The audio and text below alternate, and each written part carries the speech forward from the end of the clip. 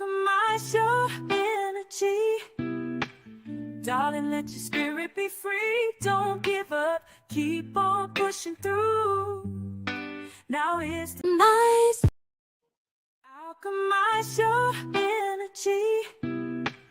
Darling, let your spirit be free. Don't give up, keep on pushing through. Now is the time, it's all up to you. Alchemize your energy, my friend. Let your spirit be free. Don't give up, keep on pushing through. Now is the time, it's all up to you.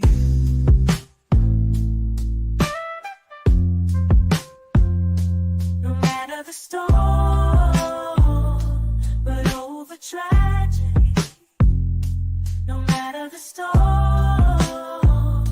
but over tragedy.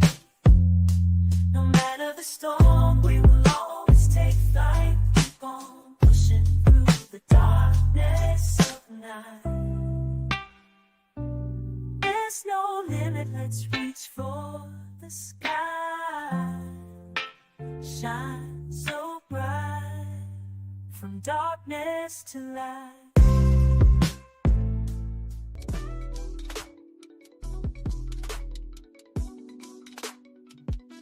Welcome to another installment of Alchemizing Energy. Listen, y'all.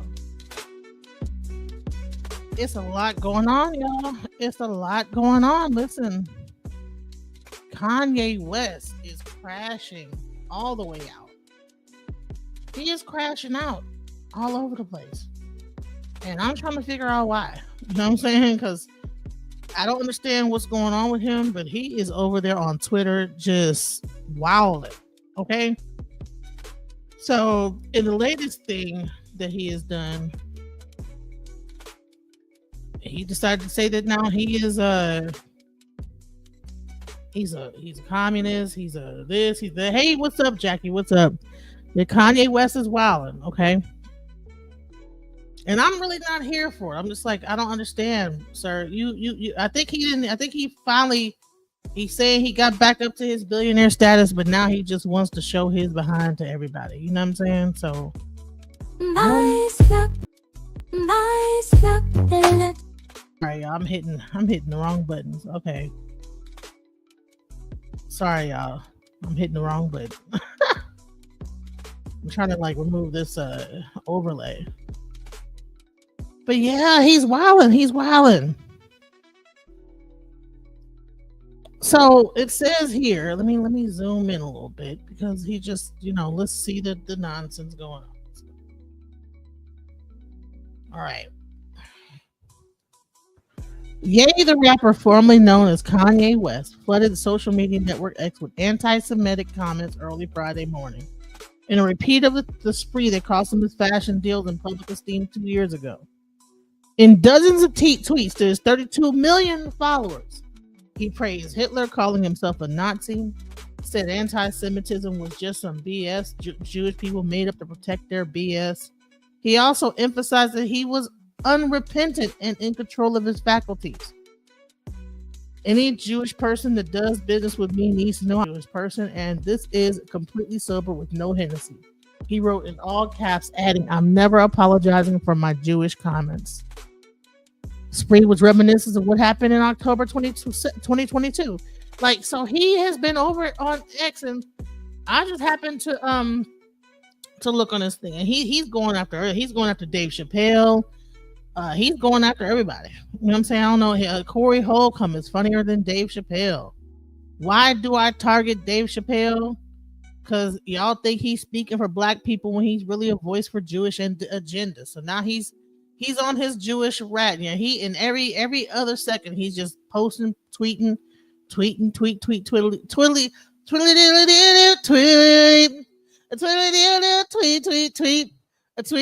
Yeah, he's rocking through the tree trunks all day long, huffing and puffing, wilding out all the way. He is having what I would think is a manic episode, y'all. So this is him and Rich from Fashion Nova. I mean, he's typing in all caps, y'all. Everything is all about screaming and hollering online. When Vice President Kamala Harris didn't when Vice President Kamala Harris, Vice President who didn't want to F the Vice President Kamala, what? It's like she did. What is he talking about? I mean, are you reading this? I'm not gonna do all this work and say what the F I want and to say what? He's not gonna do all this work to say what the F he want and then not say what the F he want. F everybody. Keep broke opinions to a minimum, like your bank account. He is going in. Boom. Look at this. He has been acting a plumb fool. What is going on? Is all this to sell his stuff on this website for $20 a piece? Because I went through his website. I seen your website, Kanye. Now he's actually selling Sean John stuff. He's selling Sean John apparel. Like, I don't know. All his shirts, everything on here is like $20 a piece. White Lives Matter. He is over here. I don't know whether he's doing all this so that people can go and buy his stuff, but it's like, bro, it's something going on with this brother. I hope he gets the help he needs, but man, he is tripping. You hear me? Let me pause this because I'm gonna play a video of someone that's just that you know, he thinks that his life is this person, this content creator is saying he thinks that Kanye's life is in danger. Something's going on. Shouts out to let me give the credit where credit is due. Hold on. Poetic Flacco. Shout out to Poetic Flacco, but he said he thinks that Kanye West's life is in. Let's hear what he have to say about this. Kanye West is in grave danger. If you are a Kanye West fan, you need to be on bended knees praying for that boy right now, bruh, because it ain't looking good. It's looking like it's good game. It's wraps for Kanye West, bruh. All the drama stemmed from Kanye West's return back to Twitter or X or whatever you want to call it. See, Kanye West has been ranting on X for about 2 days now, and his tweets are at the center of attention for mainstream media. Everybody is discussing it. I've watched a lot of these think pieces and commentary videos on the Kanye West situation all day, but I've seen one video in particular that made me say, oh, not good, buddy. Not good. Okay, if he's not mentally ill, and we got to take him seriously, then he's evil. Then he's an evil person. Those seem like not amazing behaviors. I would not be surprised, God forbid, something should happen, that Ye should do something to himself, given his behavior. I mean, again. At this point, we know the script already, bruh. If you have any ounce of a brain power, you can almost predict Kanye West's demise. Once they demonize you and they vilify you in the media for having an opinion that goes against the bottom line of the infrastructure and the power dynamic, once they vilify you in the media, that comes with what? You losing your sponsors, contracts, business deals, and they strip you to your last dollar. And for most people, that's enough. Once they strip you to your last dollar, spank you a little bit and show you a good lesson, that comes with you now understanding where your role is in the hierarchy. And for most people, they shut up and be a good boy. Now, for the very few that's defiant and don't learn from being stripped down to their last dollar, the script continues. It now comes with put false charges on you, put you in jail, and then kaboosh. Oh, they couldn't take the stress. They took their own and went to heaven. Which is why this clip from Ben Shapiro a few months ago raised a lot of alarms with a lot of people. When you go from, oh, Kanye, poor soul, I would hate for anything bad to happen to him. Oh, Kanye, I would hate he does something to himself. Then you go from that to this podcast you did today, labeling Kanye West as pure evil and saying he's the #1 enemy to your people. Which is why you can understand why Kanye West would take to Twitter to alarm everybody. Kanye West will respond back to the resurfaced clip on Twitter, and he will say, "This warms me heart, and thank you for being concerned about my personal well-being." Oh, wait, is this some setup to come and, kill me and say I blanked myself? If I magically die, blame Ben Shapiro. Let me tell y'all something, yo. This isn't Kanye West on Twitter playing around or having fun or for play and trolling. No, Kanye West has taken this as a serious threat because he has spoken on this multiple times. Here's an interview from a couple of months ago where Kanye West is speaking about Ben Shapiro making veiled threats to him through the mental illness play. Ben Shapiro is running this narrative that I'm going to kill myself, right? And he's like, oh, due to his mental health, he's going to kill himself. That way, if they did attempt to kill me or kill me like they killed Michael Jackson or JFK, or Aaron, what is the guy's name? Aaron Carter, the guy who wanted to talk to me about the Harley Pasternak situation. If they did do that, they would say, oh, it's Ye's mental health. So it's like, how many times do I have to prove, or how many times do I have to do something like so miraculous for people to see that it's brilliance and it's not mental health? There's 3 steps to the Matrix getting rid of you. Step 1, cancel you and take away your streams of income, strip you to your last dollar. Step 2, throw you in prison. Now, usually it stops here for most people, but if you are revolutionary enough, if you have a big enough voice and you're still stirring up a ruckus while you're in prison, then step 3, right? You got to go play spades with Jesus, bro. You out of here. Here's the question: how many people in the audience think that what Kanye West is saying is revolutionary? I mean, I think that we already knew that we people in the Black community kind of know certain stuff. If you've been a part of the conscious community, this is not the first time you've heard the things that Kanye West is saying.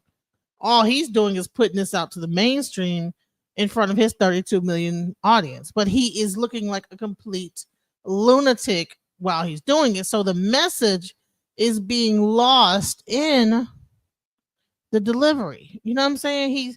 So then he's saying that he had a promotional contract with X. Okay. I was proposed $2 million to scam my community. Those left of it. So he's on the platform saying, I'm not sure if he's saying this is X or Twitter's come out content. Well, no, he is. X promotion, or maybe it was from someone else. I don't know. So $750K paid up front to you to promote something. I don't know. 1.25 million paid to you 16 hours after you post on X. Your paid post must stay up for 8 hours. It is a promotion of a fake EA currency. After 8 hours, you must post my account was hacked. The post was not me. The company asking you to do this will be scamming the public out of tens of millions of dollars. Is this true? Like, what's going on? Then he goes into I'm God. So it's like, it's so much going on here. Like, what? So I don't know. They let him get back on Twitter, and he has just went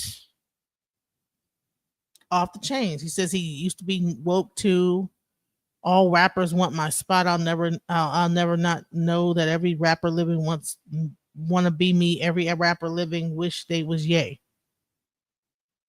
Ye, who's your top 5 baddest itches of all times? My wife, my wife, my wife, my wife, and my wife. My wife demoralizes itches. He is. I don't know, bro. This is crazy. Let's hear some more. Fortunately for Kanye, he's not at step 3 yet. But unfortunately for him, they're already done with step 1. You see, last year when Kanye West tweeted he's going to go DEFCON 3, when this was a huge media stir, he lost his Adidas contract. He lost a lot of other contracts. They stripped away his billionaire status from him. Kanye West was down to his last dollar. You can rewind a little bit and read the headlines from Forbes when they announced Kanye West was no longer a billionaire. It was like they was taking pleasure in announcing this. Billionaire no more. He's not a billionaire no more after anti-Semitic claim. It was like, they was like celebrating Kanye West was not a billionaire no more. It was like they was throwing a party because they felt like they destroyed this dude. So Kanye West went silent, went quiet, went away. And something very interesting happened in October that nobody really covered or talked about. See, October of last year, 2024, something happened in the shadows that was very pivotal to Kanye West's return back to social media. Kanye West actually won this legal battle with Adidas. See, Adidas terminated Kanye West's contract after his tweet, and they took away all his ownership. They refused to give him anything, and that indeed cost Kanye West his billionaire status. However, Adidas and Kanye West came to a settlement outside of court where Adidas agrees to give Kanye West back all his ownership stake back in Yeezy to avoid having to pay Kanye West a huge lump sum. And by default of that settlement in October, Kanye West was recertified as a billionaire. He's worth $2.77 billion. Kanye West survived the cancellation. He got everything back that he lost. So you know what happens when step 1 doesn't work? Well, step 2, it's time for them to work on getting you in jail. So Kanye West and Adidas came to a settlement October 28th. You know what happened no more than 3 weeks later? They literally ain't even wait a whole month. November 22nd, a model sued Kanye West for PG gagging, all right, for assault, which again is a predictable gameplay. They do it to everybody, right? Pile up the lawsuits, the feds get involved, you go to jail for some type of miscellaneous charge that they go ahead and imp up. And we've seen it just happen to Diddy. But Diddy, I don't know. Right? Diddy may be another situation. But with Kanye West, we know what the play is because this wasn't the only lawsuit. Kanye West is currently fighting like 5 or 6 different lawsuits from different women. So we know exactly what's going on, and Kanye West knows what's going on. But So what does he? Anybody else know about these lawsuits about these different women? He's got all these different lawsuits. There's something going on with Kanye. I think he's having a manic breakdown because this the way that he's behaving. This is bizarre. I mean, all these tweets and everything like that. I don't know whether it's because he just didn't have access before, but why all of a sudden is he trying to get people to look at his stuff and see what he got going on? It's just getting really bizarre. What's going on? Kanye West isn't going to just go down without a fight. So even though Kanye West was silent for a while, well, Kanye West decided to come back to social media to really go out in flaming glory because Kanye West, after being recertified as a billionaire, he's now feeling himself. Now, Kanye West is back on social media, letting the people know he's back to fighting for the people, that he can't be effed with. And his fight is with Lucian and with the power structure, not with the rappers. So he must have found a way to become a billionaire. Yay, yay, yay. That's it. Top 5, top 100, top 1,000, top million. Nobody did. I told you 36 goats. I got another 36 goats to go. Nobody. Y'all can play around. Don't step over the line though. Everybody, anybody is up for everybody. And that's not even, I got bigger fish to fry. I got people to save.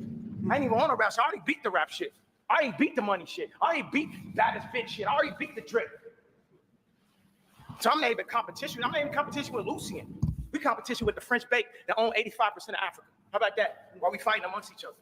We in competition with Spotify. Get niggas 500 million. Said work it out amongst yourselves. Y'all ain't got shit on me. Y'all ran my name through the mud.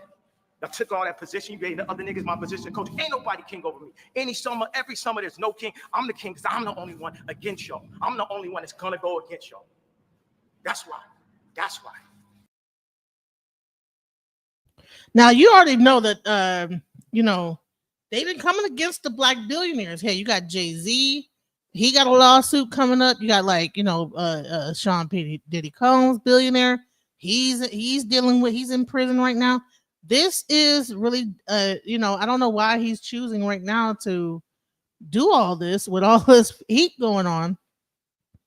But I find it very strange. And so Tisha Tales has another story that's going on about like that they have a double life. Let's hear about that. Carpet, but it's also something that's just been exposed about him on Twitter. You guys, we have everything up to the minute. Now, if you guys don't know already, there was something going on after we saw Bianca on the red carpet. And we're not talking about because Bianca was nudie pants. We're talking about the fact that Kanye went into this odd, weird defensive mode. He was trying to justify saying, my woman's the most Googled woman in the world. She was Googled even more than Beyonce. My wife, my friend, my lover, the woman's most perfect woman. And I was like, okay, y'all in love. I guess that's good. However, then things escalated. People were saying that Bianca was having second thoughts. Her dad was mad. Her mom was mad. She was having regret, like, man, should I have done this? Because it was a lot. Okay. And as much as her sister is supporting her, come on now. You mean to say her dad's supporting that? But it doesn't matter, right? Because there's more to the story. So, anyway, all that happened. And then things took a weird turn. Kanye started getting really defensive. My girl, what you talking about? Blah, blah, blah, blah, blah. How dare y'all? There were all these articles in Vogue saying, oh my God, she has autonomy. It's her body, her choice. Then Kanye said, of course, that was her decision, but she can't do anything that I don't allow her to do. And I was like, you know what? That's the least problematic thing you've said in the last 24 hours of tweeting. But it got more weird. Just follow me down this rabbit hole. It got more weird. Then Kanye started getting oddly defensive. And when that didn't work, he switched on to being like free Diddy and saying he was going to give half the profits to his sons and all this weird stuff, which I think he was low key sabotaging Diddy. I did a whole live about that. But here's the thing. Exactly. It looks just like her. If Looks just like her. amiss, if Bianca wasn't upset or ashamed or having second reps, why was he going so hard? Why was he so defensive? Because let's think about it. Kanye had Bianca walking on the streets of Tokyo half year naked. They literally almost sanctioned her. They went to Rome. Rome literally said they were going to arrest her for indecent exposure. They literally made her put on clothes. It was respectable. This is a woman. You said nothing. This is a woman that had her face plastered on every single tabloid magazine all across the world with her head in between your legs, where people allege she was giving you sloppy toppy with her mom in disguise a few feet away in Italy. On every major paper, every major newspaper, you said nothing. So it's not you protecting her modesty. I think something deeper might be going on in the fact that Bianca was having serious second thoughts, serious buyer's remorse, serious whatever, to the point of Kanye first tried to distract her, then tried to cheer up. Oh my God, you're so famous, this and that. Then to change the news cycle from everybody calling her a ho ho ho, all of a sudden you start doing this free Diddy stuff. Now, all things can be true at the same time. Bianca also showed up the next day wearing more clothes than we've ever seen her wear. Okay.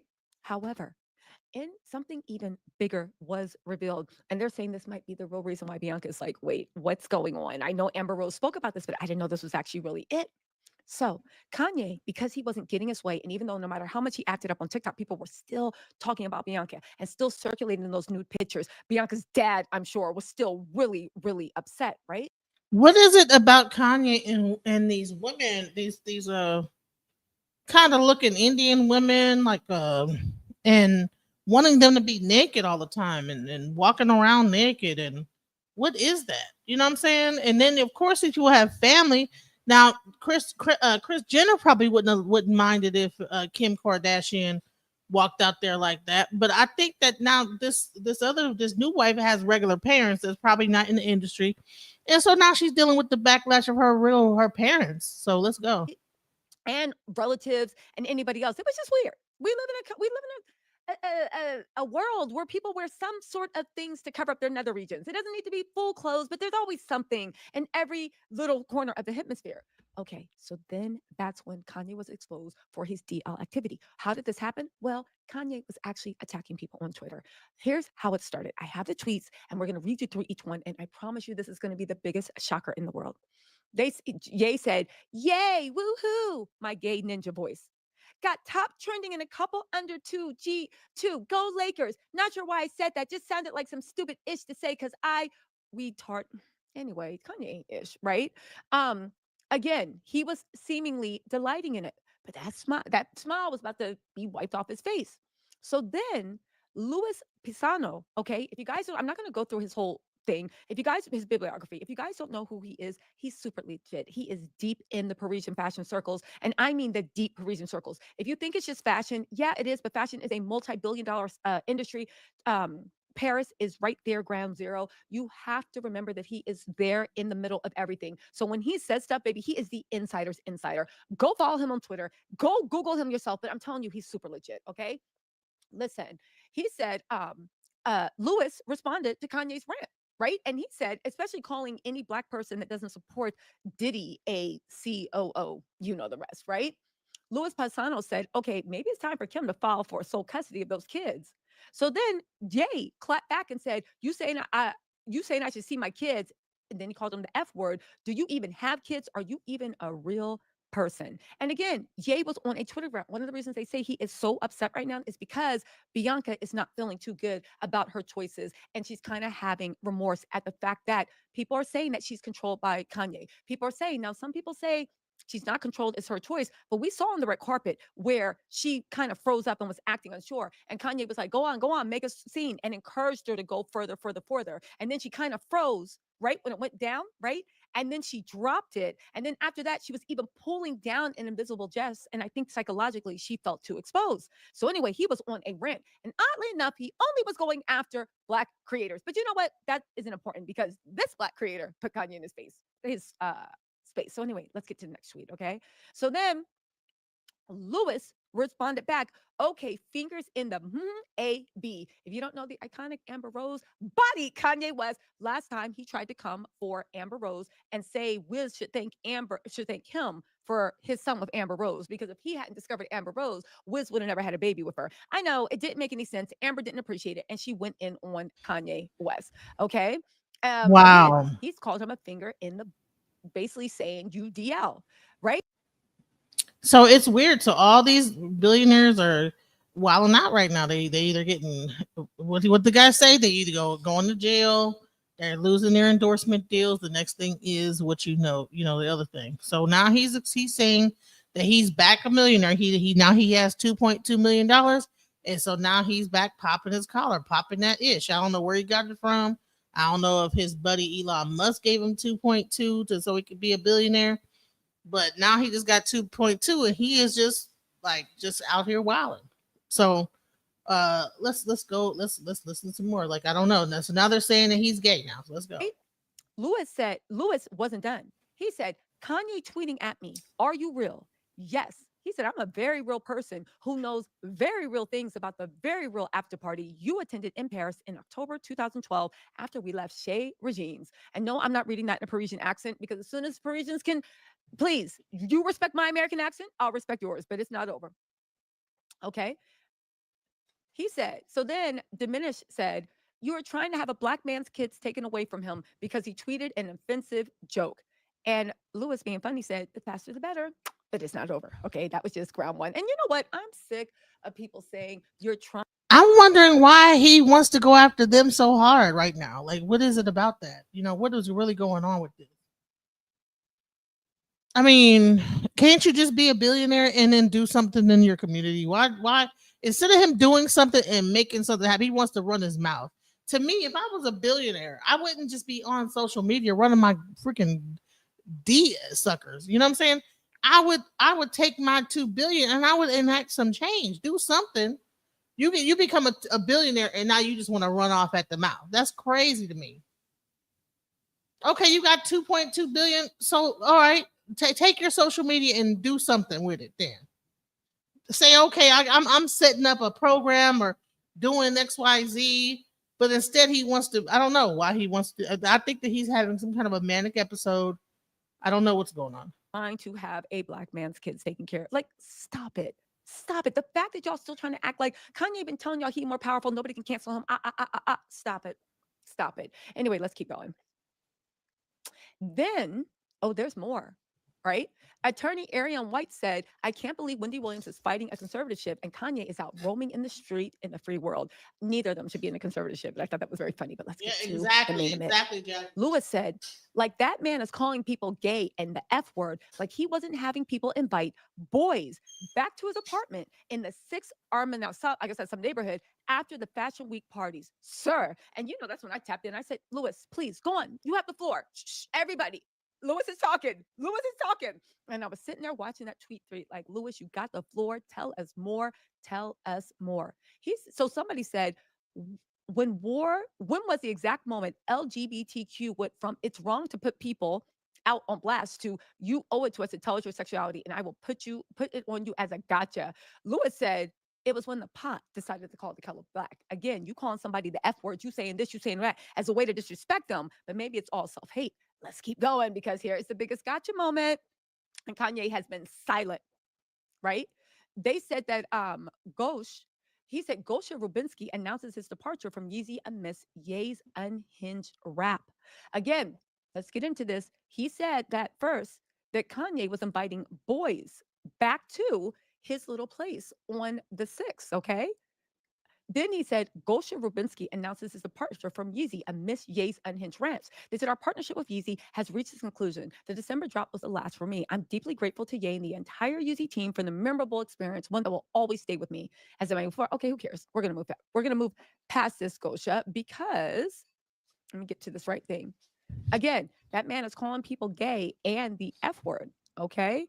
And he's doing this. He also pointed out that Gosha is leaving. So then somebody actually said, and this is what I thought was really interesting. They said, Ye is the only reason Gosha is popular or regained their name back. This is not a smart move. Basically saying Ye's power was so big. This isn't a gotcha moment that you think it is. Oh, but Lewis has something for him. Lewis literally said, Gosha is not popular again, and he has not regained his name. People literally boo him out of rooms. He hides backstage at fashion shows. That's how much everybody hates his ass. Basically saying that Ye don't even have the pull that he thinks he does in the Paris role. But here's the thing. Why do people not like Gosha? Why are people booing Gosha? Oh, it's quite simple. It is quite simple. It did. Lefty reminded us, LMO, even the PDF file was weirded out by you. And if you don't know who Gosha is, this is one of Kanye's lead people. Remember I said that every time there is a grapist or a PDF file, even if Kanye doesn't know them, it is a back signal, and he is drawn to them, and he does everything he can to actually be their friend, defend them, hire them, do whatever else. Well, consider this. The controversy surrounding Gosha, this is directly from his wiki. In December 2018, it was alleged by a 16-year-old boy that Gosha pressured him into sending explicit photographs of himself. The boy included screenshots as evidence shortly thereafter. Another man claimed that Gosha also requested explicit photographs. He has denied the accusations. You guys, Ye seems to be in a crisis, and because of his need to always bully and harass people, usually creators, he has been put on blast for. One, Bianca's the closest she's ever been to leaving. Two, one of the reasons Ye can't stand the F word is because according to Lewis, I don't know, birds of a feather might flock together, pot calling kettle black. So this is it. This is interesting, y'all. This Kanye thing, I don't know whether he is trying to take the attention away from the whole thing with his wife being naked at the Grammys by acting a fool. So maybe it's gonna take the heat off of her. So he's doing a whole bunch of stuff on Twitter, acting real crazy, so that it'll make the whole thing go away that he's been doing. Now, he's back saying he's a billionaire. Now Forbes is saying no. Forbes is like, no, his net worth is about 400 million. I don't know where they get these net worths from. You know what I'm saying? But on January 2025, he said that he was worth $2.77 billion as estimated by Eaton Venture Services. I don't know who that is. Okay. Based on his music portfolio and ownership of the Yeezy brand. Now, I showed you guys the website with the Yeezy stuff on it where he's selling everything for $20, even socks, So I don't know if he done added up 32 million. If 20 people of all those 32 million probably buy some Yeezy socks, he might make up to such and such $1 million and then be closer to $1 billion. But I don't know. But if he really wants to keep that billion, he needs to just get it together, bro. So this lady is like saying, thank you, Black American. Shout out to Lady Boulay in the that I checked out. She was saying, thank you, Black Americans for ignoring this couple, right? So let's go into what she see said. snippets of Kanye West and his wife that he parades around the world stage, because now that's the only way he can get attention. The only way he can get attention is to bring his wife out in public, dressed in a very provocative and vulgar manner. And I guess he wasn't getting the attention that he thought he should get at the Butt Grammys. naked, stark So he went raving out naked. and lied on Don Lemon and said Don Lemon said that he had been kicked out of the Grammys. Notice he went and picked on a black person. Don Lemon had to come back and clear his name. First of all, Kanye, Ye, whatever your name is, I did not start a rumor about you being kicked out of the Grammys. I actually corrected it. I saw someone on your team who asked me to correct it because it had been reported everywhere. So first of all, get you straight. And you, of all people, calling me a coon? Negro, that Make America Great Again hat must be too tight on your head.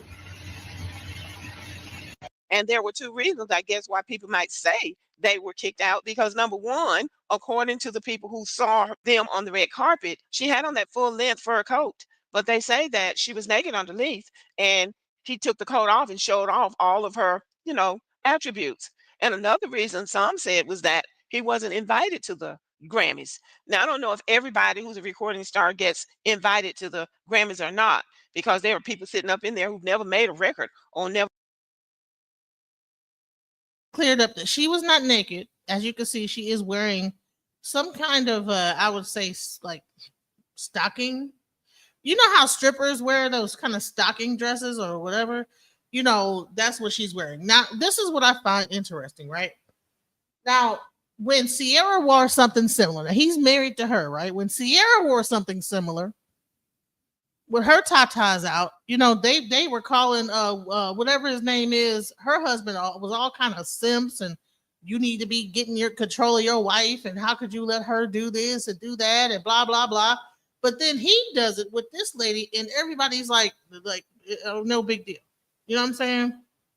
I think that people bought I think that they sold all kinds of stuff. Russell Wilson. Yeah, when Russell Wilson And Sierra stepped out and she had her tatas kind of out with the dress on. You know what I'm saying? It was no big deal. But when she wears this, which is showing her whole body, everything was stark raving naked underneath this. It's not. It don't get the same result. That people were in shock and awe, including her parents. You know what I'm saying? Which is crazy. You know what I'm saying? To stand there like a security guard while she is just doing this display. But I think that because he's been in Europe, maybe he's trying to take a thing out of like the whole European thing where you just kind of create like some kind of a fiasco and probably sell it on the website, afterwards. Who knows how many things of this outfit he sold. But what I'm seeing on the Yeezy site, you can't choose a color, you can't choose nothing. You know what I'm saying? So I don't really get the whole, like, I don't know how he sold the same thing, but he actually had this thing on sale, but it's not the nude that she has on. It's the black one. You know what I'm saying? So let's hear a little more.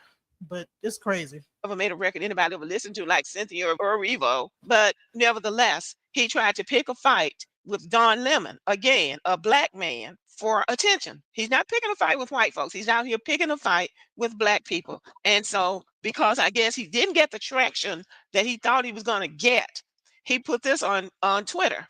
And I thought this was just really disgraceful. So this is a letter that he posted on Twitter. I'm not going to read it. If you want to read it, you can pause the video and read it. But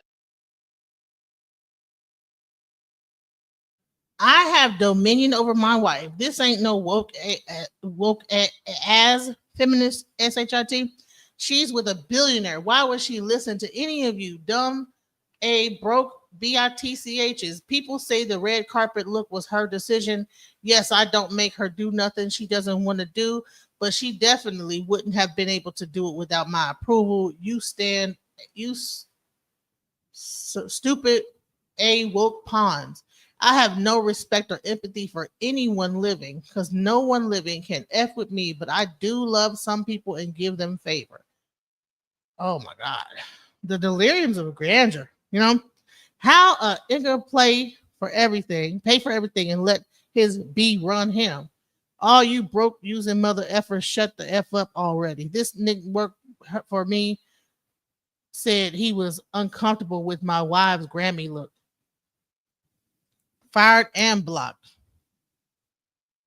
Bro, he is, honey, they shouldn't have gave him that money, honey. If he really got that 2 million, honey, that money goes straight to his head. As soon as he gets it, that 2 billion, whatever he think, that just went into his head and it just clouded all his judgment. He just feel like he's untouchable, honey.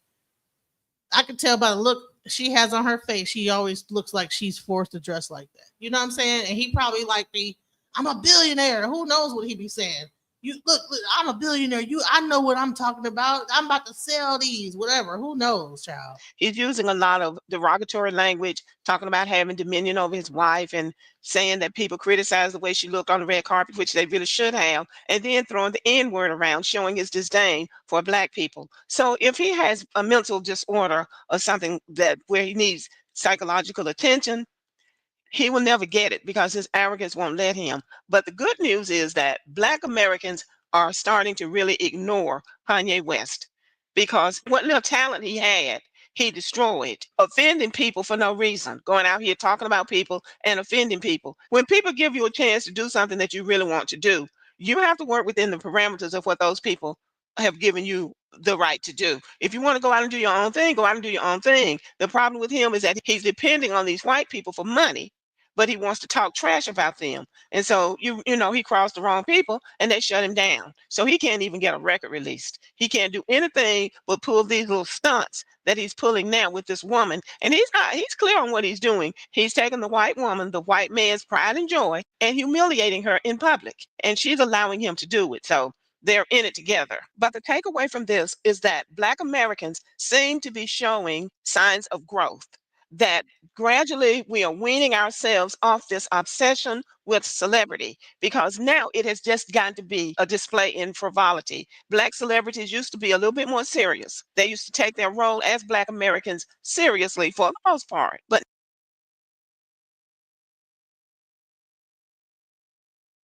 Man, she used to work for Kim and them. She used to work for Kanye and Kim. That's what's even crazier. So I'm like, was this girl the whole time? And I think that she used to like actually intervene in their argument. This was weird. Was she watching the whole time, watching Kim and wishing that she was Kim? And so now she gets her chance and now she's just, playing the role, you know what I'm saying? This also seems like it might be some little like, a whole like you know how you embarrass somebody, what's it called, like what is that thing, it starts with a humiliation ritual for her, you know what I'm saying, like to humiliate her, and this might be something that they might be into, like a weird kink, Now it's just every man for himself, and let's see how much money we can make, and let's just see how outrageous we can be to get clicks and views and make money. It's all about making money. They don't have any education. Their moral system seems to be bankrupt. They just don't represent the best of who we are as Black Americans. And the ones who do don't get the limelight and the attention that they deserve. But still, if you stay on course and you respect yourself, if you really have the talent to be in the area that you want to be in, you will make your way because the world demands the best. So you have to be like a Beyonce. Just become the best at what you are and just keep doing it. And don't sacrifice your principles. And that is what we should demand of these people if we're going to give them our money and our attention. It's time for this blind celebrity worship to be over. Amen, sister. Amen. All this worshiping celebrities and thinking because they got some money, you know what I'm saying, that they somebody. I think that this is 2025, and we can clearly see that these are a bunch of like of people that have mental illness. They have weird kinks. They don't mind like putting the person out there to look crazy. It's weird. This is what are we doing? We should not be having our children following. We shouldn't be purchasing their products. Like, what are we doing? Right? We need to be getting behind someone who gets $1 billion, and rather than get on social media and act a plumb fool, actually takes that money and puts it to work. I don't really see where he's doing that. He'd rather get on here and just because he got the ability to, he has the money. Now all of a sudden he's just cussing everybody out. Oh, you broke ass get, this broke ass in gets it. What's up, you broke Aiden? Even though you broke, you see the vision. I almost give you credit for being broke and seeing this. But just like every broke AN, I used to know you can't get credit.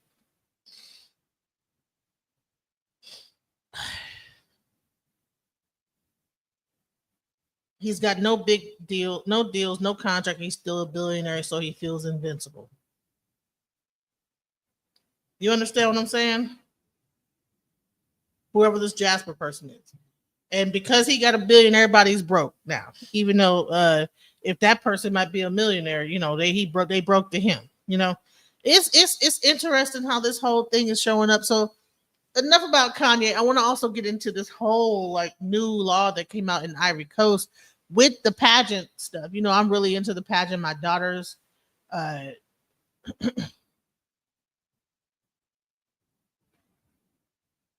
thank you for giving me 3 likes. Also, you know what? I wouldn't mind give me a couple dollars on that. Hit me up with some shoot super chats. I love my followers, but I definitely need some help here because I do this for free. You know what I'm saying? Or for free being for free Diddy, but I just need to no, not for free Diddy, but for free. And I really need, in order to keep this thing going, it costs money to run this electricity. So please support. Either hit my Cash App, DJ Genesis Detroit, or please get just do a super chat. Shay. So in other news, we ain't gonna sit on Kanye too long. We gonna go into some real stuff going on that really affects real people in the world. So there's a new thing going on with the Ivory Coast where they are making the beauty pageants. They're no longer allowing fake hair in the beauty pageant. So let's go into that. Let's go in. Cleaner. The car was just for rental. You feel lied to, right? That's all. The Porsche or the Range Rover he was driving was not his. He rented it. It was for rental. And he used that to approach you after you created a picture around this person. How do you feel about that? You feel deceived, right? How do you feel about that? Be honest. You feel deceived, especially if you started lacking the guy just to realize, oh, actually, he works just here. He's just a tire changer, or he works as a cleaner. The car was just for rental. You feel lied to, right? That's how many men. So this creator talks about, the fact that he's really talking about the hair and how, it's deceptive. This guy is Zach Mwikasa. Zach Mkwasa. That's his English channel. So please support him, Zach Mkwasa. But he's the one that's going to tell us about what's going on in the Ivory Coast, and also Burkina Faso. They are all banning the wear of artificial hair. And feel about a specific subject after seeing you in a certain way. I'm going to talk about this just now.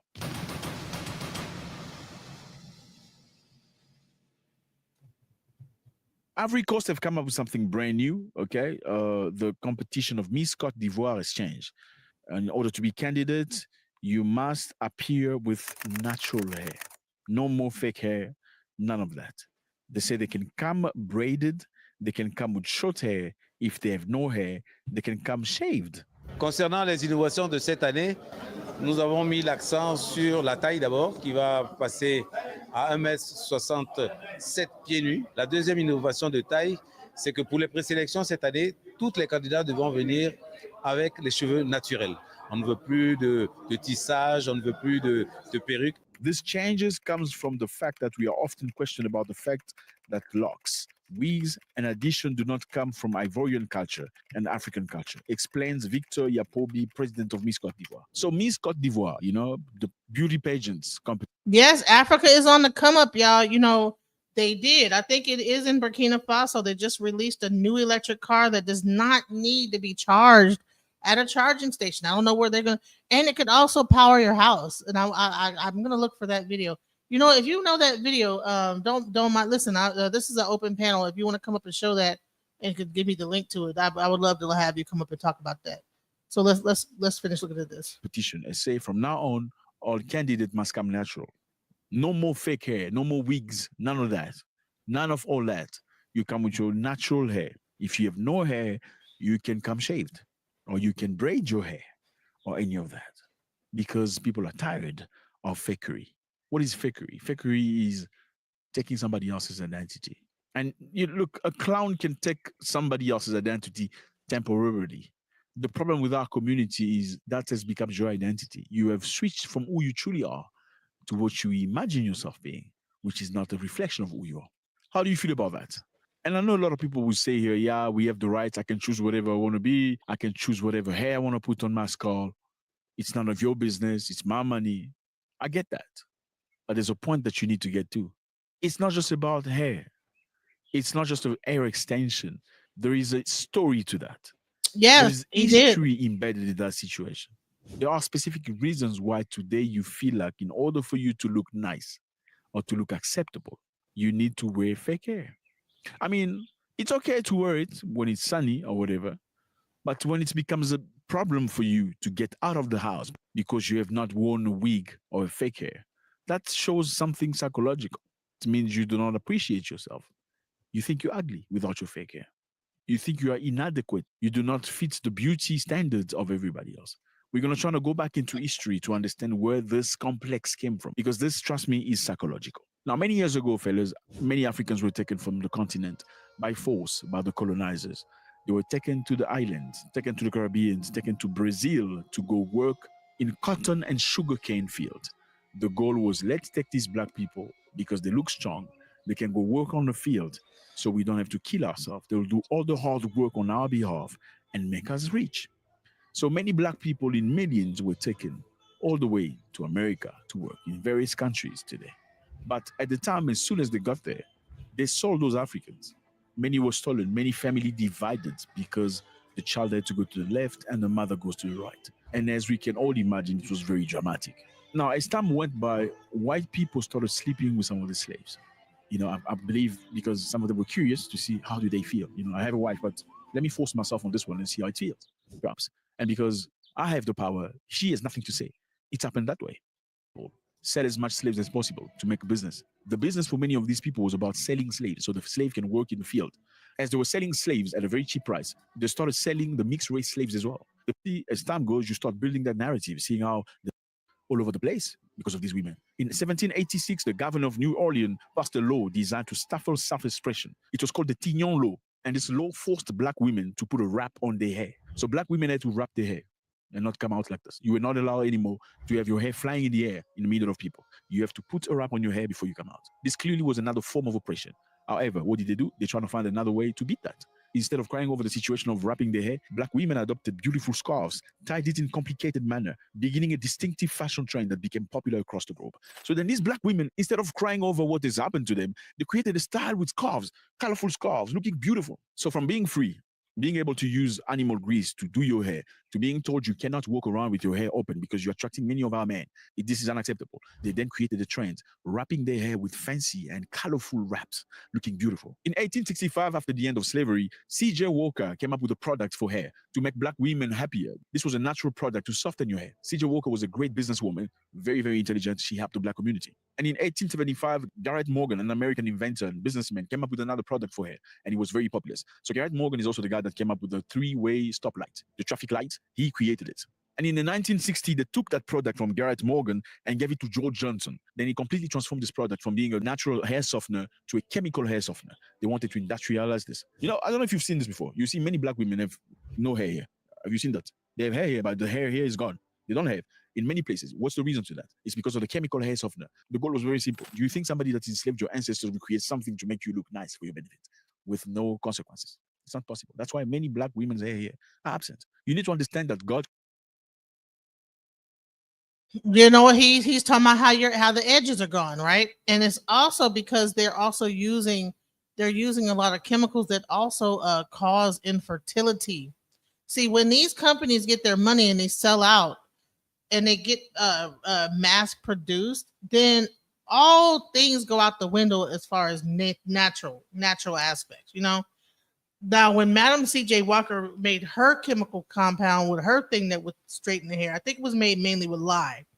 But what happened is that, and lye is what soap is made out of. It's a natural compound. But the more that, you know, the perms and all this stuff like that started coming out, you start seeing all kind of other artificial ingredients that put in there. And these things are actually causing people's edges to fall out, making their hair extra thin.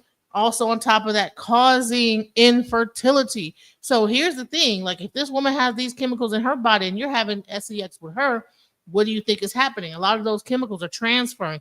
So people have, I think, slowly but surely, like when I see my daughter go to school, I see more and more young kids with their natural hair. You know what I'm saying?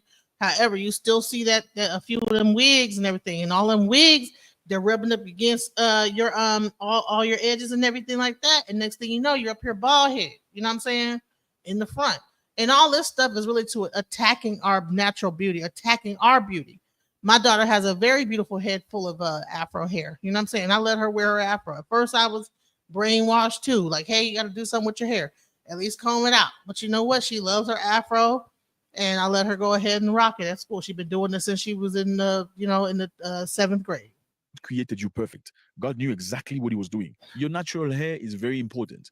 In the United States of America in the 1960s, they conducted a test, a research with Indian Americans where they were going to stage an attack against Indian Americans. So they called Indian Americans, they said them, sit you at the camp. We are going to attack you or act like we're attacking you to kill you. We're not going to tell you the day, we're not going to tell you the time. And we're going to see. They separated two groups. One was with Indian with long hair. The other group was with Indian with no hair. So they staged the attack. After they did the attack, the result was astounding. The Indians with the hair could feel when the enemy was coming. They all stood up and they had the reaction of fight or flight. The body reacted to the presence of somebody wanting to do them wrong. Why? Because your hair is not just your hair. Your hair is an extension of your nervous system. And these are things they don't tell people. The hair works like an antenna to enable you to know what's happening at a higher level than physical. But all the Indians that had their hair shaved could not feel anything. They were surprised by the attack. And that's a very interesting study. You can go and check it for yourself. The Ethiopians were attacked by the Italians at the time. And during the war, they did not shave their hair. Whilst the entire Africa was taken by colonizers, Ethiopia was not taken because they fought like lions and they kept their hair. And their hair played a major role at feeling where the enemy was. Your natural hair is very important, my sisters. Malba Tolliver, in 1971, worked for ABC News. She was a tremendous journalist and anchor. She was told to make comments on President Dixon's daughter's marriage, on President Dixon's daughter's wedding, because she was excellent. They asked her to speak out, make a comment. But shortly before that, she was wearing a natural hair. She had abandoned wearing fake hair. And she was told, you need to wear your hair for you to come on TV. She said no. She resisted. And they fired her from the program completely. Chose to wear my hair in a natural, and I happened to be going to cover Tricia Nixon's White House wedding. This was in 1971. I was taken off the air. I covered the wedding and did the report, but some of the reporting I was supposed to do in connection with it got canceled. Like I was to come back, be live in a studio, that was canceled. I was to do the morning show with John Bartholomew Tucker, that appearance was canceled. And I was like a naughty kid who was sent to the principal's office in a school because I had to spend a couple of days sitting in the general manager's office while they tried to persuade me to change back to having my hair straight. You must check her out. Malba Tolliver, great persona. They fired her because she stood strong. She refused to wear fake hair. And this is very interesting. It happened in South Africa with a young girl that was chased from her school because she was wearing a natural afro hair. They were trying to impose her to wear fake hair or to soften her hair. The issue of my hair has been a thing that's followed me my entire life. My hair is not natural, it's exotic. My afro was not wanted or anything like that. And then the issue followed me to high school, where I was told I should straighten or relax or cut my hair off because it is not wanted and it is dirty. So yeah, Côte d'Ivoire now, I said, from now on, we're going back to who we are. Okay, as much as we understand there is a possibility for you to have your hair straightened, it's enough. Okay, we want you to be natural. We want you to be you. We want you to come with your figure. You don't have to look like a stick to be Miss Côte d'Ivoire. You need to look like an African woman. Exactly. So shouts out to the Ivory Coast for showing us what we need to do. I mean, I know that these are males creating these laws and they're worried about what our hair looks like, but all this stuff is damaging us. Okay. Earlier in a post I did, I talked about how some of these hairs are artificial hairs are covered in chemicals that actually they can seep into your body and cause cancer. So like when they get these hairs, a lot of times also they're taking them from temples of people. The human hair process, they take the hair from a person that's at a temple that's getting rid of their karma. So now you're taking their karma, putting it on your head. Okay. So if you're using the artificial hair, the all that, that's not good. And then when you're using the fake human hair, that is not good either. So let's go. You need to bring your natural hair. If you don't hair, bring short hair. You can braid your hair. You can do whatever you want, but don't bring out any other type of hair, other people's hair. I mean, you buy hair. You make a lot of money to these businesses that are Chinese in most cases. Chinese go to India, Indian temples to get the hair from the people that sacrifice their hair. The hair is sacrificed for the gods to forgive them. They work with the hair and they send it to you and you wear them and you think and you're asking yourself why your life is not working out. I mean, these people went to a temple to sacrifice their hair, and by giving the hair, they're giving their problems. And you are buying the hair. And you wonder why you don't get married. You have 3 kids with different fathers. I'm sorry. Yeah, look, we all make bad decisions, but certain decisions are decisions you make based on yourself. As much as there are solutions to many things, one of the solutions is to remember who you truly are, the queen. God bless.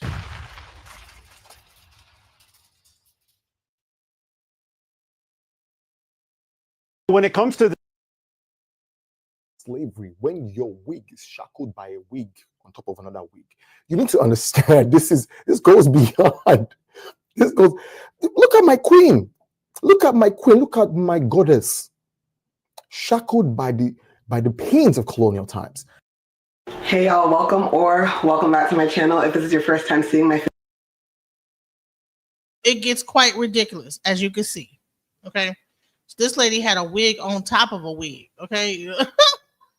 looking quite ridiculous. So let's get into what this young lady is saying. So there's a ban on the wigs in Africa. Well, if this is your first time seeing my face on your screen, welcome. My name is Marilyn, but I go by Mare, and this is my channel, Heal with Mare, where I talk about healing through generational trauma and breaking generational curses. Before we start, I also wanted to say my mouth and my smile right now look a little different because I am going through Invisalign treatment. I started my Invisalign treatment on Monday, and I'll have more details. I'm going to start a whole entire series about why I'm on Invisalign, how long it's going to take, all that, and I'll have the trays in my mouth for those videos. Right now, it's difficult to talk fluidly with the trays in my mouth, but yeah, stay tuned for Invisalign videos if you're interested. Big ups to Africa, 2 countries in particular in Africa that are making changes that need to be made on a continental scale, honestly. I feel like the continent, especially West Africa, please, West Africa, we got to do better. I literally spent 2.5 weeks in Africa from December to January, but end of December, like December 23rd up until January 7th, I was traveling. And I have content here on my channel where I was in Ghana and telling y'all about my experiences being in Accra, Ghana, and seeing beautiful Black women who had my skin complexion, darker, lighter, whatever. Seeing beautiful Black women who look similar to me, literally look so similar to me, but they're wearing her hair texture. So they're wearing straight wigs, wigs that and textures that don't naturally grow from their scalp, and over dependence and over reliance on wigs when it comes to the women I was around was very obvious. And it was, it was a little absurd, and it also like hurt a little to see on the motherland how pervasive this wig culture has become. And I really just want it to go away. I truly just want us to get to a place where we can forget that we ever wore wigs. If we could just promise each other right now to get rid of the wigs, I will never bring up wigs ever again. We could just forget it, leave it in the past, let it go. It'll just be buried in the past. Man, who is here for the no wig revolution? I'm here for it. You know what I'm saying? Because I used to wear wigs. You know what I'm saying? I used to wear wigs, and I probably look quite ridiculous with some of my wigs that I had. You know what I'm saying? Some of them matched me, some of them didn't. You know what I'm saying? But we need to let that wig stuff go. Let's go. For the rest of our lives, we don't have to even talk about it. We're not at that place yet, but I think we're getting closer to being at a place. I feel like we're going to get to a place where wig culture isn't as prominent as it is these days. And I made a video, and I'll link it here, where I was sharing my thoughts about a wig awakening and the fact that I feel as though God is calling a lot of us at the same time to stop wearing wigs. I was convicted by God. I was convicted when I saw my daughter looking at me. I was convicted when I realized that this life is too short to be hiding my hair. And I think like a lot of us are getting convicted on an individual scale and also like on a nationwide scale, because there are two countries I want to talk about in this video: Ivory Coast as well as Burkina Faso. In terms of Ivory Coast, I saw an article yesterday from someone who was sharing that the Miss Ivory Coast contest now bans wigs and weaves for natural beauty. Candidates must wear natural hair, whether braided or short. So that's a new rule that has been enforced. And so I'll put this on the screen for y'all to see. I'm really curious to hear what y'all think. Please leave your thoughts down below. In my personal opinion, I know there's going to be like backlash for this, because what if a person doesn't have hair on their hair? What if this and what if that? And I think if this this beauty contest organization has set this standard, I think it's their standard to set. And if a woman isn't okay with that standard, then they can't be part of the competition. That's Period, Pooh. They said, hey, if you want to shave your head off, fine. If you want to have it short, fine. If you want to have whatever, but it got to be natural. And I think that people would need to be more on that level when it comes down to beauty, because that's my natural hair. That's how I look. This is how my hair looks. You know what I'm saying? So, I want to, make some comments. Let me know what you guys think. Thank you for joining me today on this whole thing, discussing this subject, because we really need to have more healthier hair. You're seeing a lot more people with their whole edges gone, hair missing. Why? Because they're putting these wigs, this artificial hair in their head. The artificial hair has chemicals in it that like actually burn through the scalp. I'm gonna play a little bit of that video that I did. It's actually a video on my channel, and I want you guys to check it out, where I talk about this whole thing about this hair. Hold on, let me find that video, because I talk about that. I talk about the fact that hold on, let me see, about this whole thing with our hair, because it was figured out that hey, some of this stuff that we're putting on to our hair, you know what I'm saying? Now, some of the things that we're putting onto our hair is very, very toxic to our bodies. You know what I'm saying? And I got this video from Melanin Archives. But yeah, check this out. But we rarely stop to question it. It's the norm. But have you ever paused to think about the action of which you are a participant of? Let's just do so, just for one moment. Let's think about it. This hair, woven into perfect strands, holds the DNA of another person, a stranger, someone you've never met, someone likely of a different ethnicity, culture, and most definitely of a different spiritual or religious conviction. This is hair of unknown origins that we pay a pretty penny for, that is being placed millimeters away from our brain. You're not just wearing hair, you're wearing a part of someone else's life. Imagine if it were their fingernails or skin, for example. I know that's an eerie thought, but hair, after all, is made of the exact same proteins. But somehow today, we've convinced ourselves that this is different. This is totally natural. This is normal. This action is so accepted that you'd be seen as the odd one out if you dare to question it. I'm sorry, I'm going to cut your hair, but this is what we do for living. Thank you so much for allowing me to cut your hair. So I just wanted to show you guys how we get the baby ting hair.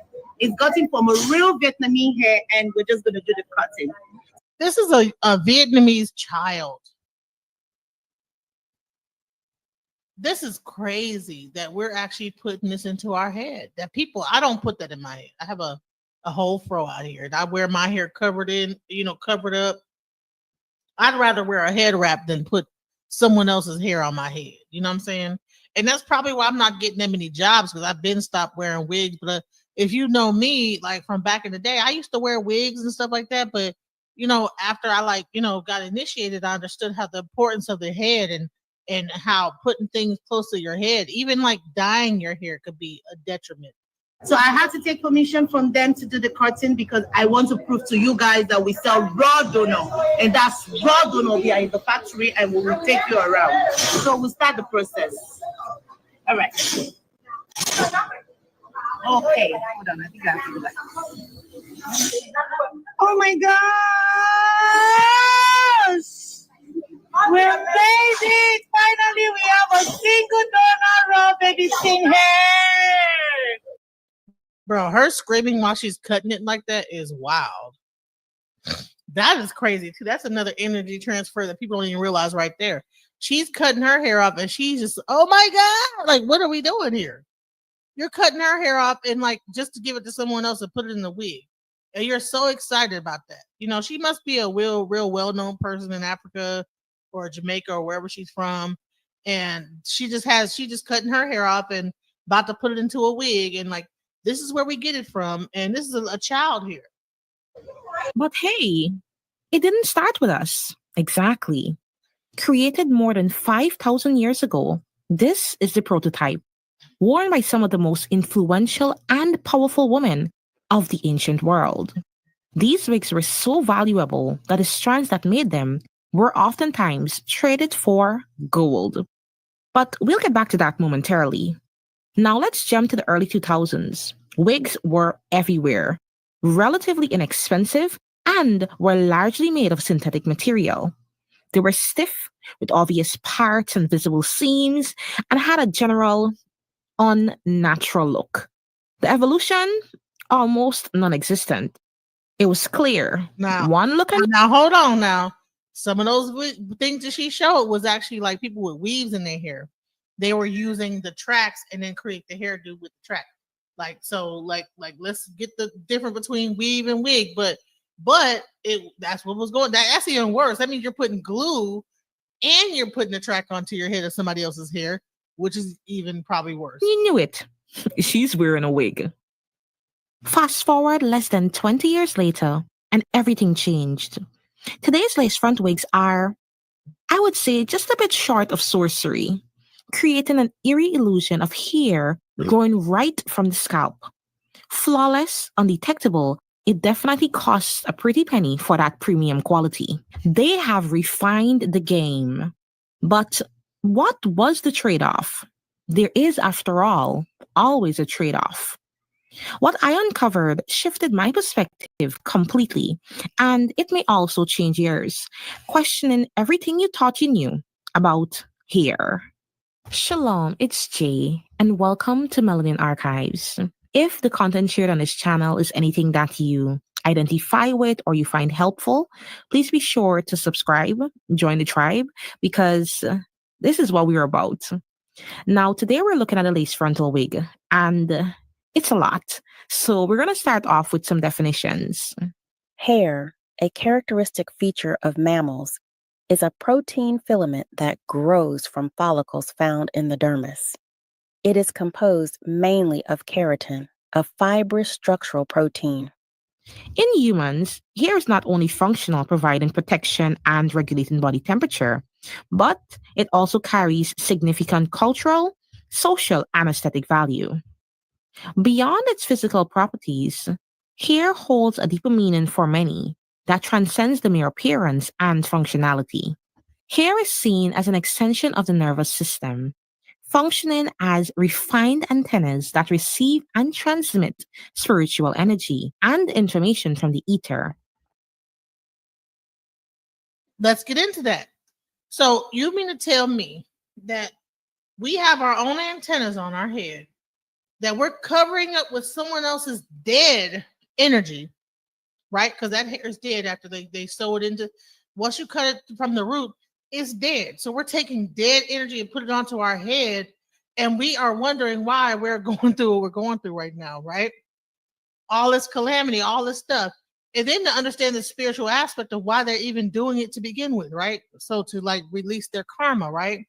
So we need to understand that sometimes it's not always about looking a certain way, appeal, making sure that we have like the cutest thing. I know we're not trying to look like white women because we do our hair different than white women. So we need to stop that whole like narrative that us putting this hair on our head is trying to look like white women. We don't dress our hair like a white woman does. However, there is something to say about how when you put this on your head, you are blocking your own karma, you're blocking your own antennas, you're blocking your own receptors into the universe. And I believe that that's probably why we have a lot of people that's unconscious today. It enhances sensory perception, channels life force, and serves as a conduit for intuitive insights. Unique to humans is the extraordinary ability to grow long hair on the head, a mysterious trait that sets us apart in the animal kingdom. Our hair acts as a vital link between the physical body and the spiritual world, amplifying our connection with the universe and deepening our spiritual awareness. Now, with all of that being said, how did we as a civilization get to the point of casually wearing each other's hair? To find out, we must journey back over 5,000 years ago to ancient Kemet, also known as Egypt. Now, while this may not be the very first instance of its occurrence, it is the earliest known or recorded example. The ancient Egyptians undoubtedly took great pride in their appearance, but the significance of wigs extended beyond mere aesthetics. They were symbols of wealth, status, power, and worn by both men and women. For the elite, it was a statement. The larger and more intricate the wig, the higher one's standing in society. These wigs also had practical purposes. A paper published in 1994 titled A Tale of Wigs, Hair, and Lice, Egyptian Archaeology posits. A wig shielded the shaven or cropped head from harmful effects of direct sunlight, and unlike a headscarf, its mesh-like foundation base allowed body heat to escape. The practice also maintained high levels of cleanliness and the reduction or removal of natural hair, reducing the incidence of head lice. Yes, Leah, it does say a lot about how they feel about their own hair. Maybe they don't want to. Hell, I have a hard time doing my hair. I had to. I've been between dreadlocks and afro. And I don't. Sometimes I like. Dang, I want to get a perm so bad because I'm so tired of combing through it and crying. But we need to stop all that. We need to figure out like way. We need to like just care for our hair, care for our antennas on our head. When you see it like an antenna, extension of your nervous system, and you know that this is something that's a part of your body that should not just be tampered with. And this is the thing, even when I got initiated, the first thing I was told is don't ever cut your hair. That's where your power is, Why? Because when if something's going on, sometimes, what happens with a cat? The hair stands up on the back of their back. Their hair activates, right? And it lets them know, it'll let you know, hey, when you see that cat's hair standing up, to watch out. Same thing with a human being. They don't they don't see cats over here with perms and all this other stuff and different animals, but we're over here like doing all this other extra stuff. So we need to like really realize that why is the animal more smarter than we are? whose need to live close to the scalp's blood supply as their food source was countered by a wig that could be removed any time. As the demand for wigs grew among Egypt's wealthy, the need for human hair surged. Mr. J. Stevens Cox, a qualified hairdresser and wig maker, in his journal article written in 1977, chronicled his experience as he was given the opportunity to access one of the oldest surviving Egyptian wigs, and he found that These wigs, the finest ones reserved for the elite, were made completely of human hair, and construction methods were as sophisticated as modern examples. the question is, where did this hair come from?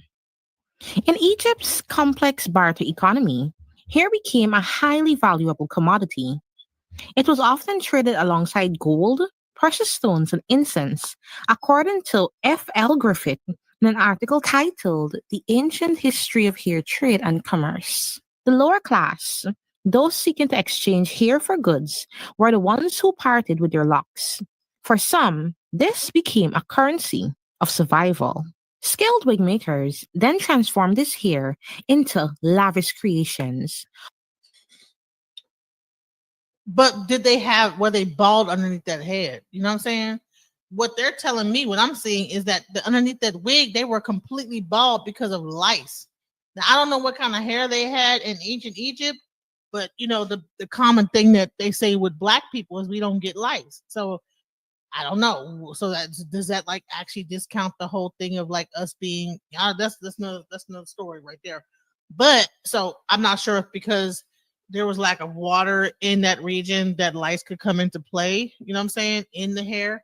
But they were bald underneath those wigs. So we don't understand that us wearing these wigs as a protective style is a lie. Most of the people that in ancient Egypt that were wearing these wigs were bald underneath them. They were completely bald. And it was mainly because they were trying to protect themselves from lice. Let's go. Often weaving the hair into a fine netting, securing it with beeswax and resin. One ancient wig unearthed in a tomb contained over 120 individual strands of hair, a testament to the craftsmanship and... Honey, I don't know what kind of hairdo this was in ancient Egypt, but that's wow. Honey, she had the curly fro at the top and the braids on the bottom. That's something else right there. What was going on? The precision. Although Egypt was at the forefront of the wig culture, they weren't the only civilization to use wigs made from human hair. The Greeks and Romans followed suit, incorporating wigs into their own social and fashion practices. The Greeks used wigs in theater, while Roman nobles often donned wigs imported from blonde hair as a status symbol. With the invention of the wig making machine in Hong Kong in the 1950s, wigs became readily available at a very cheap price. This resulted in the wig export business growing significantly, and 1/3 of the average woman owning a convenience wig in the United States. This, of course, had an impact on how Black women wore their hair during this era, as it afforded them the ability to easily assimilate into the widely acceptable Eurocentric hair standard that dominated, or more so for the sake of respectability politics. You know what? It's so funny. I'm so grateful for my mother. She used to wear nothing but her afro, and we all got afros over here. It's a big old afro town over here. Our natural hair, I just cover mine up with a head wrap, but the wigs, I'm glad that I got away from that because it was killing my hairline. It was killing the top of my head, all that stuff. Today, a lot has changed, but some things remained the same. The lace front wig made its commercial debut in the mid-2000s and saw a significant surge in popularity around 2016. This wig, designed with an ultra-thin lace strip along the hairline, mimics hair growing naturally from the scalp. Now, I must say, before I go into this, these wigs were made for people with alopecia. Initially, they were made for people that had cancer initially, and also transgenders used to use them, and people that were into like the cross dressing and that whole scene used to wear these wigs at first because these are men, right, with bald heads putting these wigs on. Then, with the onset of like Hollywood and like the more like that you have like the gay hairdressers, they began to merge that style into the community. And so Bottom line is that these wigs were not normally put on people's heads that had hair. And that is why people's hair is falling out. You're putting glue on your hairline. Okay. And this glue is toxic. I mean, I've seen like examples of what's her name? Queen Op, how she looks. I mean, all the front of her hairline is just damaged, like never to come back again. You know what I'm saying? She done put so much glue on her face and her forehead that it done scabbed up in areas. I mean, that hair will never come back.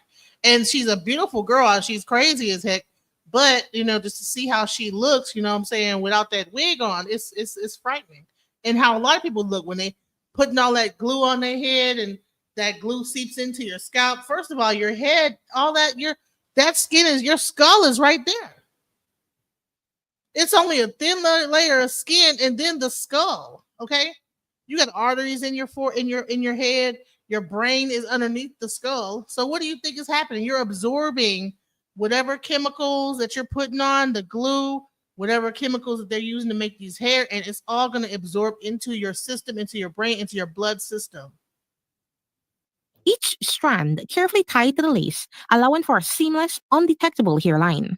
The lace itself blends effortlessly with the skin, creating the illusion of real hair while offering versatility and limitless styling Exactly. It was options. not meant for everyday I must use. note that there are variations to the lace front wig with options like the full lace wig, the 360 lace wig, and Let me just say this. So people in show business, that means you put the wig on, you might get on stage or whatever, you take it off when you're done performing. You don't sit there and put a bonnet on and have that thing on your head for like a month.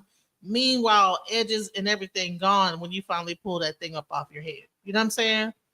And that's the thing, is that we have adapted some very unhealthy habits. the U part. When the term lace front wig is used in this video, it encapsulates all of these options. Looking around today, it's clear that lace front wigs have become a staple in modern beauty trends with a very, very high concentration in Black culture. You either own one, plan to, or know someone who does. Or you might be in that category where all three applies. But something strange happens to many users the moment that wig is worn. It's as if the wig doesn't just alter their appearance, it alters their energy. I felt like a Puerto Rican, a Puerto Rican. Almost as if people morph into entirely different personas, radiated a new and perceived found beauty and assurance. You have no idea how lucky you are to look the way you look now and to be the way you are. And you are perfect, just the way you are. For most, this wig is an integral part of the starter pack for achieving the Hey, Golden Child, what's up? And shouts out to Leia. You're a new person. Shouts out to you. And I think there's one other person that says that they're mad that they missed a lot. You didn't miss that much. DJ Vapor, shouts out if you're still here. He was laughing. But yeah, we're talking about how unhealthy these weaves are for our head. And I'm trying to get people to understand how unhealthy it is. And also, let me put the StreamYard link. If anyone wants to come up and make a comment, talk about this subject, please feel free. This is an open panel, so let's go. ultimate glow up and finally fitting into today's desirability aesthetic. Who would have thought that attaching someone else's hair strands onto your head, pasting it on, would have had such an effect? It's obvious why this once niche product evolved into a global phenomenon. But how exactly is this multi-billion-dollar industry sustained? This aspect is not as obvious as you may think. The journey of single lace wig often begins in countries like India, where hair is harvested in religious temples and ends up on the heads of millions of consumers worldwide, especially in the continent of Africa and in the United States. And I want to also talk about how we be creating industries, y'all. We create industries. When we decide that this is the trend, honey, it goes across the world. And every Black person following us, they'll see us with the wig. Next thing you know, in Africa, they got the wig. In Caribbean, they got the wig. And in Brazil, they got the wig. Everybody wearing the wig. You know what I'm saying? So we also have to understand how powerful our dollar is. And we understand, let's not use that dollar in destroying our own selves. You understand? We need to be very careful about what we use and spend our money at. Let's go. Where Black women are the largest demographic driving the market. The global human hair trade business may have several players, but three giants dominate the industry. India, reigning supreme, holds the largest market share with a staggering 88% in 2022, trailed behind by Pakistan at 2.76% and Singapore at 2.5%. If you're wondering where's China, like I was, they're actually all the way down to number 9 on the list with a total of 0.5% of the market. Child, when I heard about the braiding hair, I was so mad because I was like, okay, well, I'll just get some braids. Nope, that's messed up too. And she gonna talk about it. Shouts out to Melanin Archives, but yeah, like the braiding hair is bad too, y'all. You think you gonna go and skip around and just get the braid? Nope, that's bad too, y'all. Market share, and that is still a pretty significant market share, but they're nowhere close to where they used to be.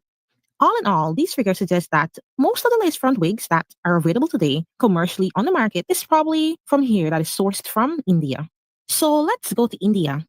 India, with a population of over 1.47 billion, faces stark economic inequality. 16.4% is said to live in extreme poverty, while the wealthiest 10% controls 77% of the nation's wealth. This disparity plays directly into the human hair trade industry. In rural areas, women sometimes sell their hair to make ends meet, collecting strands from combs and other areas to barter for a small income. It is not just temple hair that is collected. $150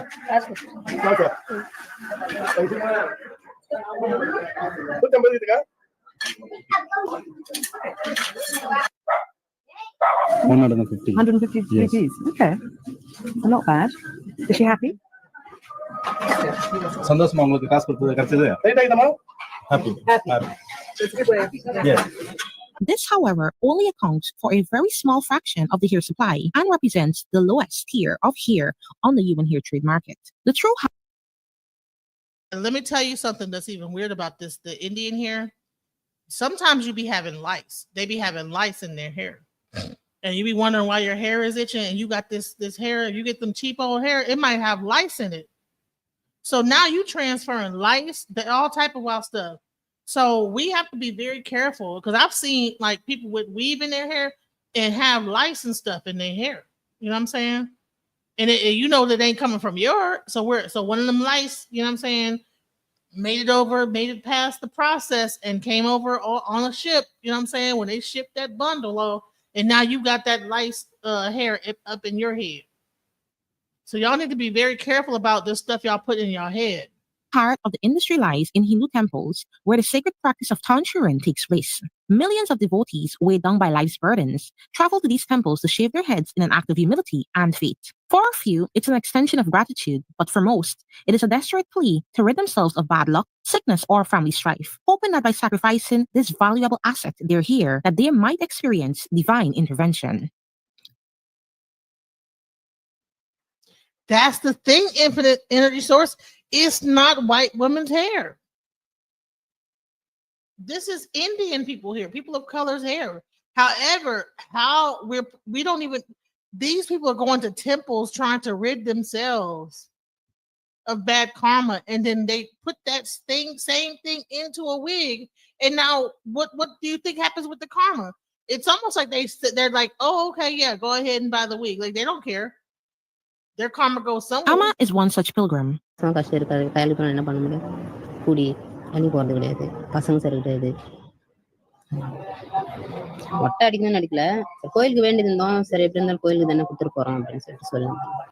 cleaner who struggles to make ends meet. She has traveled to make ends meet, shaved her head for the gods, right? And then they take that hair and put it into our head. So what do you think we are going to karmically? What is our karmic debt? Now we inherit that person's poverty. You understand what I'm saying?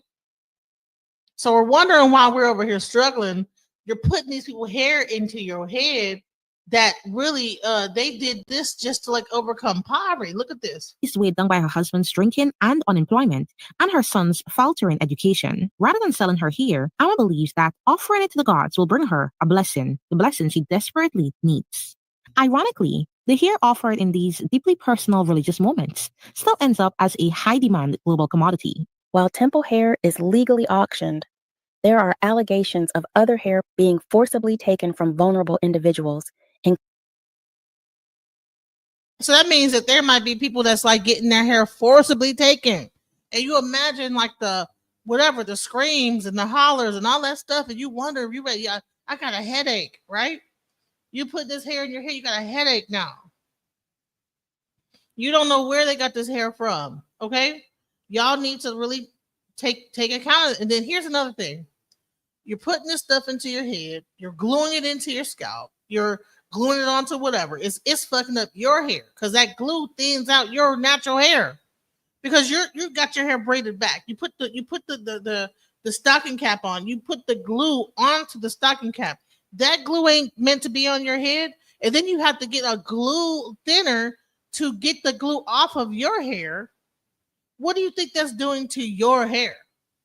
And don't tell me it's a protective style when you got to do all that, okay? And that's just if you get like a sew in, or not a sew in, like a glue in, like the quick weave, fool around and you get that sew in. Same thing. It could have lice in it, all kind of stuff. Your hair is itching. You wondering why they process this stuff with chemicals to clean it off. You don't know what kind of chemicals are on this wig. You know what I'm saying? And you putting this right next to your brain, into your head, onto your scalp, next to all your arteries in your brain, all this stuff. And this is stuff they like did to let go of karma, negativity. Let me ask you a question. How many of y'all would actually take a person that had dreadlocks down to their behind? Would you put those dreadlocks into your head? Now, most people I know, when they cut their dreadlocks off, it's because they're trying to get rid of what? Negative energy. So if you wouldn't do it with a black person's dreadlocks, why would you do it with a Indian's hair? Now, there's some people that probably would sew another person's dreadlocks into their head, take on whatever. They probably got the method of abuse. Who knows what happened? The reason why they cut their dreadlocks off. Maybe they had cancer. Here's another thing. You know what I'm saying? Person got cancer, cut all their hair out. Hair was long. Now they sell their hair.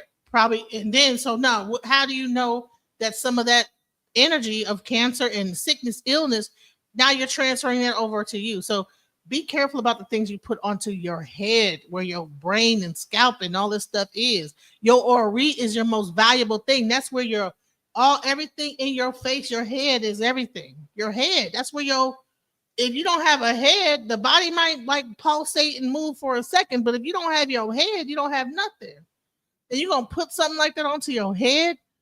Shouts out to, like, hey, the practice I've learned about, understanding like that, my nature-based practices taught me about the importance of hair. I was even taught not to dye my hair.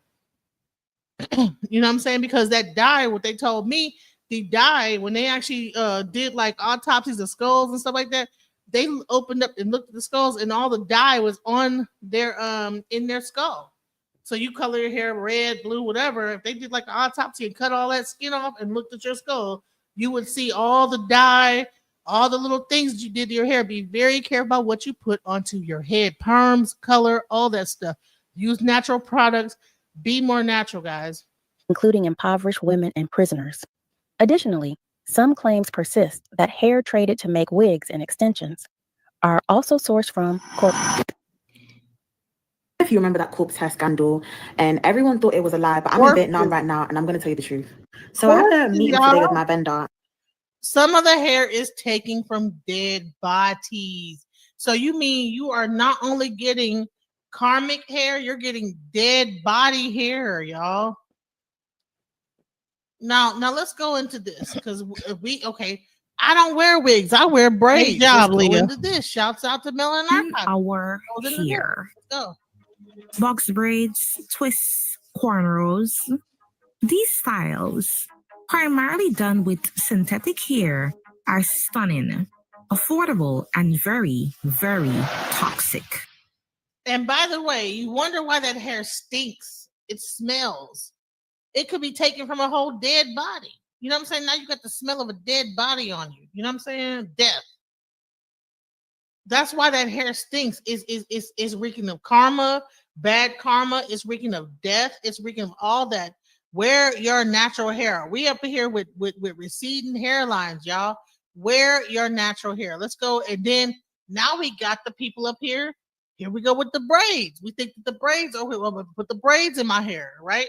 Oh, no, that's not cool either, y'all. Shouts out. But get this. Apparently, the extra chemical processing required to get that synthetic hair to mimic texture, to mimic our kinks, coils, and curls, takes the danger to an entirely new level. You don't believe me? Well, actually, you don't have to. Right. So you have an Indian have straight hair, right? But then you want like a natural textured looking thing, right? So it'll say human hair, but they put it through a process to have that kinky or that wavy texture that you put into it. So it'll say human hair. Well, that Indian was not walking around with that texture. It was straight or a little bit of curl, whatever to it, whatever Indian hair looked like at the moment, right? But then you want to, oh, I want it to be dreadlocks. I want it to be this. I want it to be that, right? So they have to go through a process to create the hair to look like that. So it's a synthetic process. So let's go into it. Let's go. Let's investigate.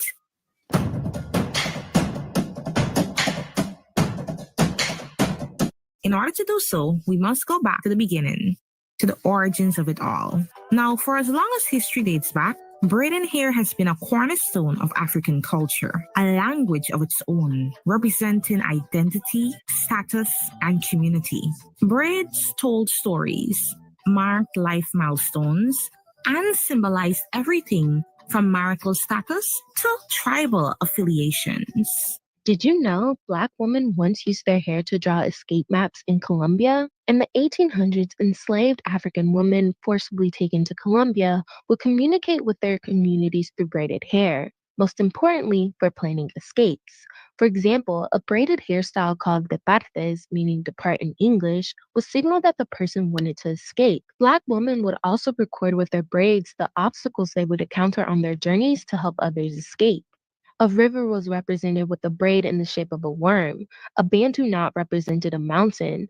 And if there were soldiers in any part of the route, they would use really thick braids still known today in the Pacific region of Colombia as tropas, which means troops in English. On top of that, inside the braids, sometimes gold or seeds were hidden to ensure they would survive after they escaped. Because of these escape maps of braids, many Africans were able to escape and form the famous free settlements known as palenques. Some of you may have heard of San Basilio de Palenque, which is one of the first free Black towns in the Americas. It's also one of the only remaining palenques in Colombia. It can still be visited if you're in the Cartagena region. Today, this rich history of braids is celebrated every year on May 21st at the Afro hairdressing competitions in Cali, Colombia. May 21st is Afro-Colombian Day, but it also marks the abolition of slavery in Colombia in 1851.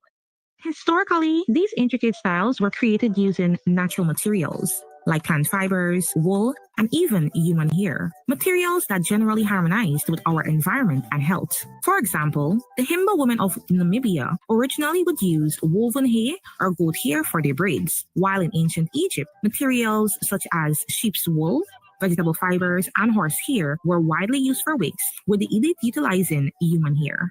But today, a silent evolution has taken place, one that unsurprisingly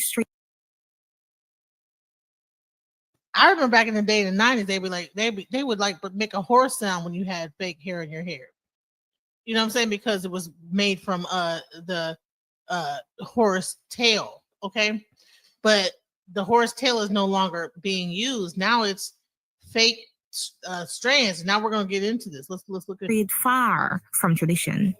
Synthetic hair, primarily Kanekalon, has replaced these traditional materials globally, offering affordability and convenience. When you go to the market, don't go buy her. I like the hair. The hair is nice. I like the color. I like the price. Now, am I going to catch fire? That's the question you should be asked. Then you will now look for, does it have 100% Kanekalon fiber? So now they say, there are many instances where you can be in the marketplace now. Somebody is doing suya, you are buying suya, and your hair is catching fire. You're not the meat. Are you the meat? So you don't want to catch fire. You know, when you go market, you go to. And they over in Africa, it's so hot, the sun beating down that weave, and they head catching on fire, y'all. They head catching on fire, okay? Because the chemicals that they're using to process this weave hair catching on fire, y'all. Benders and this People one are is great. I'm catching, gonna show you that haircut. catching on fire, y'all. It's really hot in Africa. That sun get the beating down on that fake behind hair with them chemicals in it, catching on fire, y'all. Listen. Actually catch fire. This one is not caniculum. God have mercy on us. Please medicine no over catch fire, God, I beg. Are you people seeing it? Hey wolf, I beg, oh. Don't get that. Get this. To check the surroundings, you go to check them. They write 100%. You get right 100% chemical. If they don't write, drop them. Now they see them. Now they say no, they catch fire. Hallelujah. Hallelujah. Now they see them. The word is enough for the worst. What's making it not catch fire? Fire retardant chemicals being put on top of the hair. That's what's making your hair itch, y'all. Y'all need to, if you got these fake braids in y'all hair, like go ahead and just embrace your natural hair. Stop putting these fake braids into your hair and letting your hair be a guinea pig for whatever chemicals and whatever's going to happen later on. Let's go. If you know you're not wise, that's good. During this festive season and beyond, use 100% caniculon fiber for all your beautiful braids. Choose Darling, Ultra, and Expression, which are made with 100%. You see, Caniculon is marketed as the holy grail of braiding hair. It's flame retardant, durable, affordable, and the best part is its ability to mimic textured hair. Now, we'll get back to that mimicking textured hair momentarily. Yet beneath the glossy marketing lies an uncomfortable truth. To put it plainly, synthetic hair is made with a cocktail of toxic chemicals linked to cancers, respiratory issues, and hormonal disruptions. But perhaps what is even more concerning is that synthetic braiding hair that has a resemblance to Afro-textured hair, such as in the case of Caniculon, undergoes even more extensive processing to replicate this texture. The base materials, which are plastic polymers like acrylonitrile and vinyl chloride, are actually inherently smooth and straight. This essentially means that to achieve the desired texture, manufacturers must employ mechanical crimping to create the zigzag or coiled patterns, which are then chemically set using stabilizers and heat treatments to ensure durability. At first glance, everything seemed pretty standard, pretty normal. But upon further investigation, what was revealed is that these chemical stabilizers actually contain heavy metals, with lead being of primary. Listen, you have to understand, the one thing I'm seeing here is a lot of Chinese and Asian manufacturers. Their idea of business, they don't have the same, when it really comes down to business, they don't have the same what's called like integrity. You know what I'm saying? So they don't care if they spray some stuff on there that's cancer. That's what they were saying that was happening with Temu. You buying clothes from over there, you buying stuff from over there, and these things are sprayed with chemicals that can like mess up your whole system. So when it really boils down to it, it's not only just hair, it's about getting anything that's really produced in another country. So I have to like kind of side with Trump on like, a tariff coming in from China. Cause I mean, I can tell you that, there's times when I was wearing like the stuff I bought from Temu and it had me itching when I was asleep and sweating, whatever. I sweat and then I get the itching, you know what I'm saying? Because there's other chemicals they put into this stuff. Now imagine this on your head where your brain is at, right next to your skull, then your brain is soaking into your scalp, and now you itching because you are allergic to the chemicals they're spraying on this stuff. Watch out. Look at concern. And this here, the Caniculon here, was actually tested, and lab results actually revealed that lead was present along with other heavy metals. And the lead and these heavy metals are said to come from these chemicals. Thank you, Leah. According to a study published in the Journal of Environmental Science and Public Health, IVORY et al., 2022, synthetic hair products contain harmful levels of heavy metals, including lead, cadmium, chromium, zinc, manganese, and iron. Lead was found at 0.36 micrograms per kilogram, exceeding the 0.2 micrograms per kilogram safety limit, posing risks of cognitive impairment and organ damage. Cadmium, present in all samples above the 0.02 micrograms per kilogram limit, is linked to kidney failure and cancer. Chromium levels in expression hair attachments were nearly 8 times the safe limit, increasing risks of skin and respiratory issues. Iron, exceeding 50 micrograms per kilogram in some samples, can lead to oxidative stress and organ toxicity. In addition to that, additional alkaline coatings are applied to soften the fibers, followed by silicone-based. So they're putting heavy metals into the hair to make it more like softer and this, that, the other. But meanwhile, you are braiding this into your hair and it's right next to your scalp. And that's why, like, there's something I stopped getting braids. I said, you know what? It's, you can feel like it's throbbing. So sometimes they braid it real tight. Now your pores are open and all these chemicals are getting into your skull, into your brain, into all that. We need to be aware of this. So we need to like understand, just braid your regular hair. Finishes. And hold on one last second. So I just put a poll up and I wanted to see, what y'all thought about this. I'm gonna take a few seconds to answer that poll because I want to know how many people think that people in China, Asia, or etc. actually use products from Temu. So that's the question. I'm gonna give it about 5 seconds. Go ahead and answer. Just answer that quiz right quick and let me know what you guys think real quick about that. Let me know what y'all think.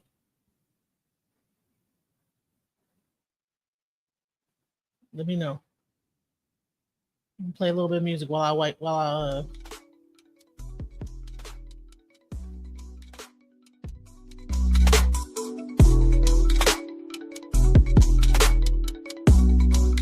Do you really think that people in China and all these different countries use Temu?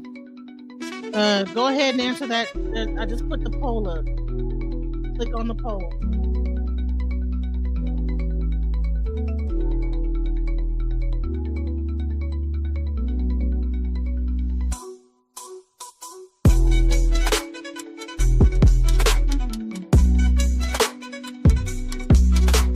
Do you think that Temu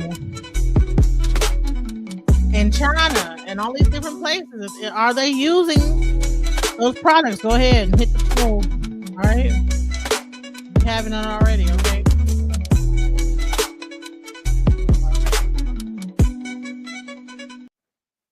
I hope that y'all checked out that poll. Go ahead. Thank you. And we're going to find out how that poll comes out. Please check that poll out. But let's get more into this. Here we go. Enhance manageability and to reduce tangling.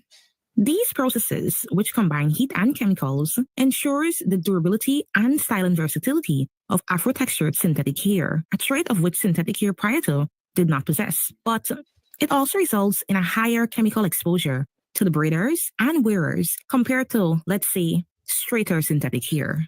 The word ingredients can be replaced by the word chemicals and chemicals by the word poisons. This is a list of the primary ingredients that are utilized in the creation of synthetic braiding hair. We have first acrylonitrile. Acrylonitrile is classified as a probable human carcinogen by the Environmental Protection Agency. It is linked to respiratory problems and cancer. Acrylonitrile also has a history in the field of agriculture, where it was utilized as a pesticide.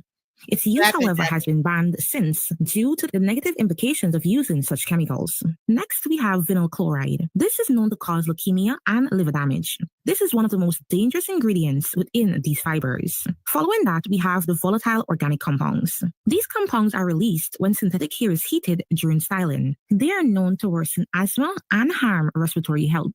For many women, synthetic hair is worn for approximately 6 weeks and for some even more, thus exposing them to these chemicals continually. Many women resort to an apple cider. And now you're wondering where you get all this lupus and all this other crazy stuff from, right? Where your immune system gets to attacking itself, right? And it could be because you're putting this hair in your hair, the perms, all the chemicals over a lifetime. You know what I'm saying? And then the immune system gets to attacking itself because it doesn't even know where the poison is coming from. And you don't know. You're just wearing the wig. You know what I'm saying? You don't know that these things have chemicals in it. You know what I'm saying? You wouldn't think that someone would put a chemical like that onto a wig. You know what I'm saying? Knowing what's going on to your scalp. Cider vinegar runs with the rationale that this removes toxic chemicals. If you've ever gotten your hair done with Kanekalon hair and noticed that your scalp was itchy and irritable and even saw some small red bumps, it could be because... See, rather than stop using that, they're going to try to put some apple cider vinegar on top of it. You understand what I'm saying? rather than just not using it all together. Ma'am, you're not going to try to put some other stuff, making it into a compound now. You mix a base with a alkaline with a base, you're gonna get some other like thing. So now they have this chemical into it. Now you're gonna mix vinegar and all this stuff. Now it becomes something else. You understand what I'm saying? And she's gonna talk about that real quick. But I wanted to also show real quick about the whole thing with Temu real quick, and then we're gonna get back to that. But I wanted to show you. Authorities in South Korea recently analyzed a bunch of products from Shein and Temu and found that they had substances well above the regulations and restrictions on some of these substances that do have pretty strict regulations around them, things like lead, formaldehyde, methanol, phthalates, and these are all ingredients that also have restrictions within cosmetics. Here they were looking at women's accessories and nail polish, like hats, sandals, nail polish, and they did find things that had significantly more than what should be in there. A lot of people say, oh, I don't shop at Shein and Temu, but what you might not realize is a lot of the products sold on Amazon or even TikTok Shop are actually Shein and Temu products. So I definitely recommend always checking out the store that is selling any product that you're interested in buying, be skincare, makeup, on Amazon, making sure they have like a legit website that you're selling from the authorized dealer of that product. And it's not just like some pop-up shop, because ultimately a lot of the authorities in South Korea recently. I get it that, everybody's complaining about Trump putting tariffs on certain stuff, but we need to be careful about the products we're getting over from China. I know that hair I've gotten, have caused my whole hair to break. My daughter had a whole thing, had to go to the ER because her school was like, what is this? They thought it was a ringworm. I believe it probably was an allergic reaction to whatever was in her hair that was the braiding stuff. You know what I'm saying? So we need to be very careful about the things that we put next to our brain, our hair, everything. So let's go further into how they're trying to call themselves cleaning out the hair of the product that's like dangerous, meanwhile creating a whole nother chemical reaction and don't even realize what's because of the alkaline coating. Braiding hair is sprayed down with an alkaline coating, which is used to help preserve the hair from being moldy, which can cause the scalp to get really dry and itchy when your hair is put in. So with this ACV rinse, we to prevent the hair from getting moldy. So they think it's because of mold. They don't think it's because of the chemicals that they're using to make a certain texture. You understand? Do you see how ridiculous? And then why would you need a hair? Why would you put hair on your head that could mold? If I wash my hair is not gonna mold, okay? That's because it's dead. If you cook some food, if you cut an apple off of a tree, that apple is going to die and it's going to mold, okay? If you cut hair off of a human being, it's going to die and it's going to mold, okay? So you're saying, well, rather than me wearing my own real hair, I'm going to try to put some apple cider vinegar on this stuff so it won't mold and the chemical. Man, we need to cut it out. We always trying to find ways around it rather than wearing our own stuff. We always trying to be slick. Don't try to be slick, y'all. Are removing the alkaline coating. This clip is about 35 minutes after I let the braiding hair sit in the water. And you can see this white stuff here is the alkaline coating, which is the chemicals that they put in the hair. I make sure that I always do an apple cider vinegar rinse prior to braiding my hair. That way the alkaline coating does not irritate my scalp. And it also makes the style last a lot longer because I'm not scratching my scalp as much and I don't have to take any braids out due to irritation. While the apple cider vinegar might reduce the alkaline coating on the hair to some extent, it does not penetrate the synthetic fibers to remove deeper embedded chemicals. In fact, this action may perhaps make matters worse. Neutralizing the coating may actually increase one's exposure to the toxic base materials. A full head of braids can involve 800 grams of chemically processed fibers, exposing the wearers to carcinogens daily. Heat styling techniques like hot water sealing releases toxic fumes, posing not only the risk to the wearers, but to the stylist also. By 2028, the global wig and extension market will surpass $19 billion, with Black women as its largest consumer base. The truth is devastating and ironic. The same extensions we buy religiously to do what we coined protective styles literally has the opposite effect.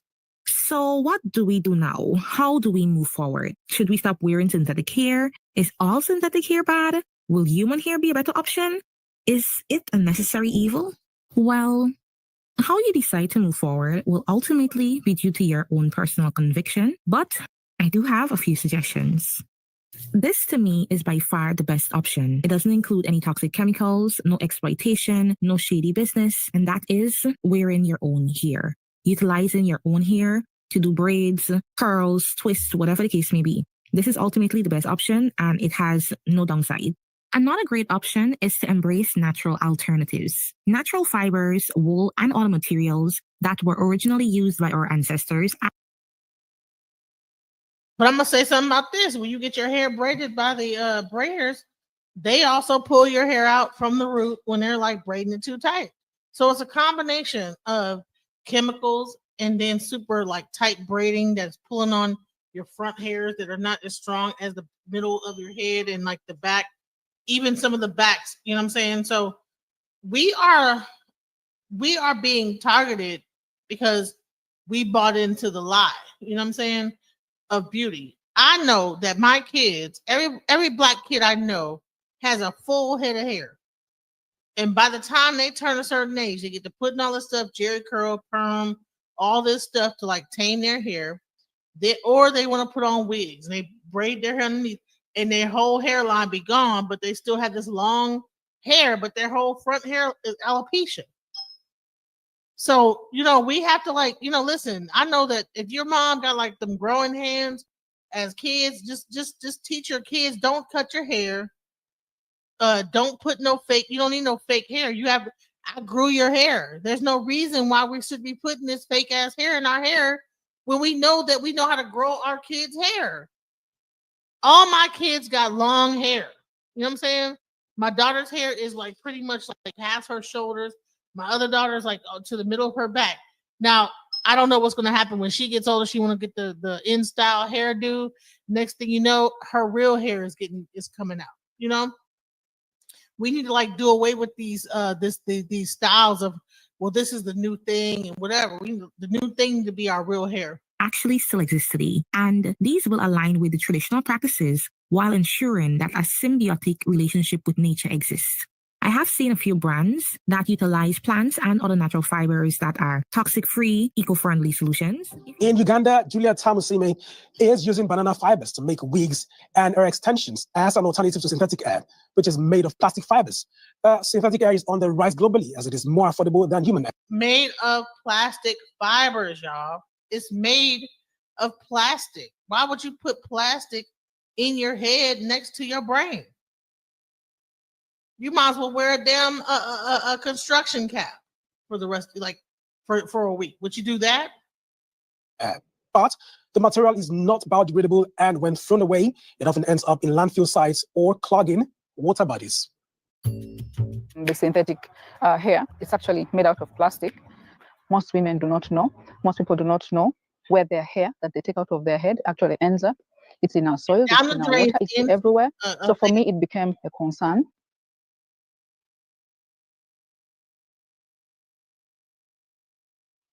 So all that fake hair is going down the drain into the sewage system. Plastic does not disintegrate. So all that fake hair, okay? Plastic does not disintegrate. So you're putting plastic into your head. And then when you take it out, where do you think it goes? Into a landfill and then probably into the water. So as people that it is not biodegradable, and because of the nature of its size, the tiny strands, it is easier for synthetic hair to break down into microplastics, and microplastics have their challenges. They get into our water bodies easily. They can get into the soil. Man, listen, I played that. I wanted to show you guys something to get your mind going.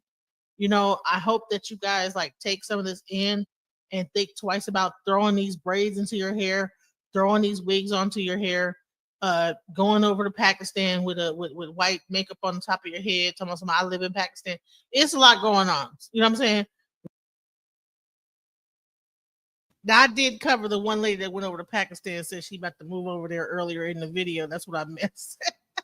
But listen. This is what it looks like at the dump. Like at the dump, like all the hair. And I'm sure I wouldn't be surprised they like take that hair and make new hair out of it and sell it right back to you. You know what I'm saying? That's how treacherous business is when it really comes down to it.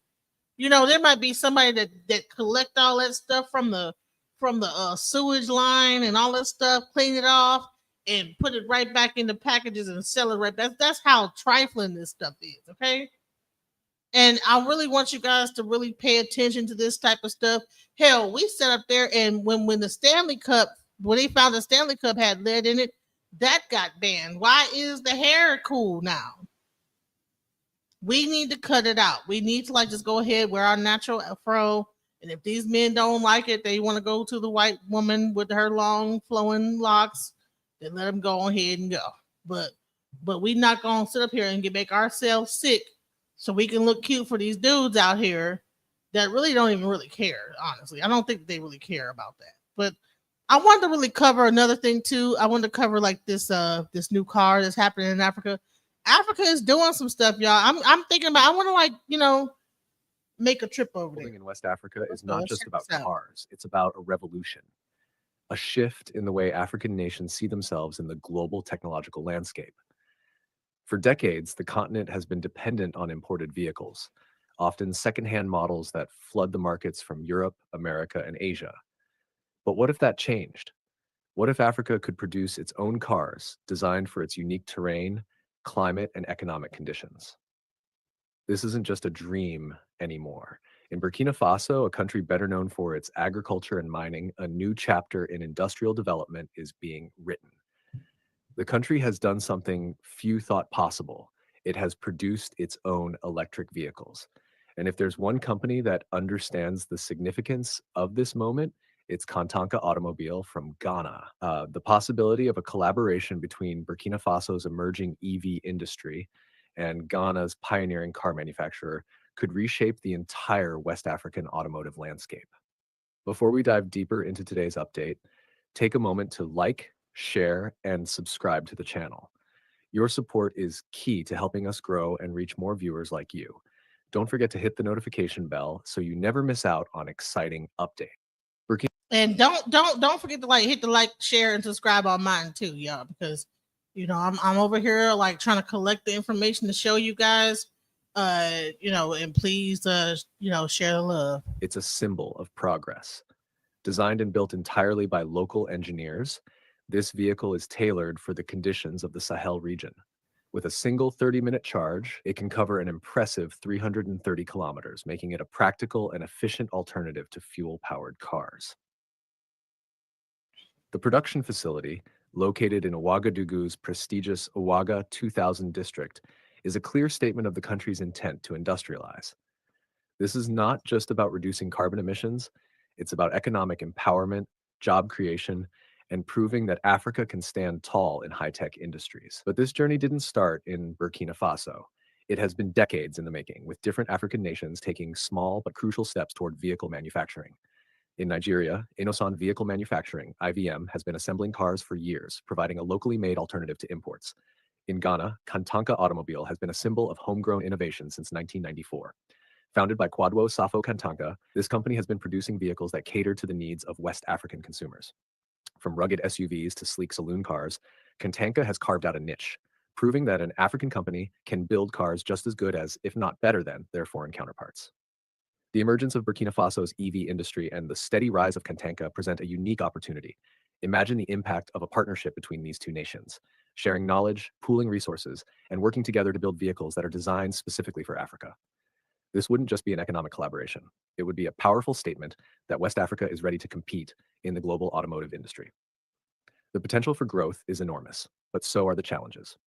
Manufacturing vehicles is a complex, capital-intensive business. It requires significant investment in infrastructure, skilled labor, and supply chain networks. Neither Burkina Faso nor Ghana has the scale of production necessary to compete with global giants, but that doesn't mean they can't create a thriving regional industry. If Burkina Faso and Ghana were to collaborate, several possibilities could emerge.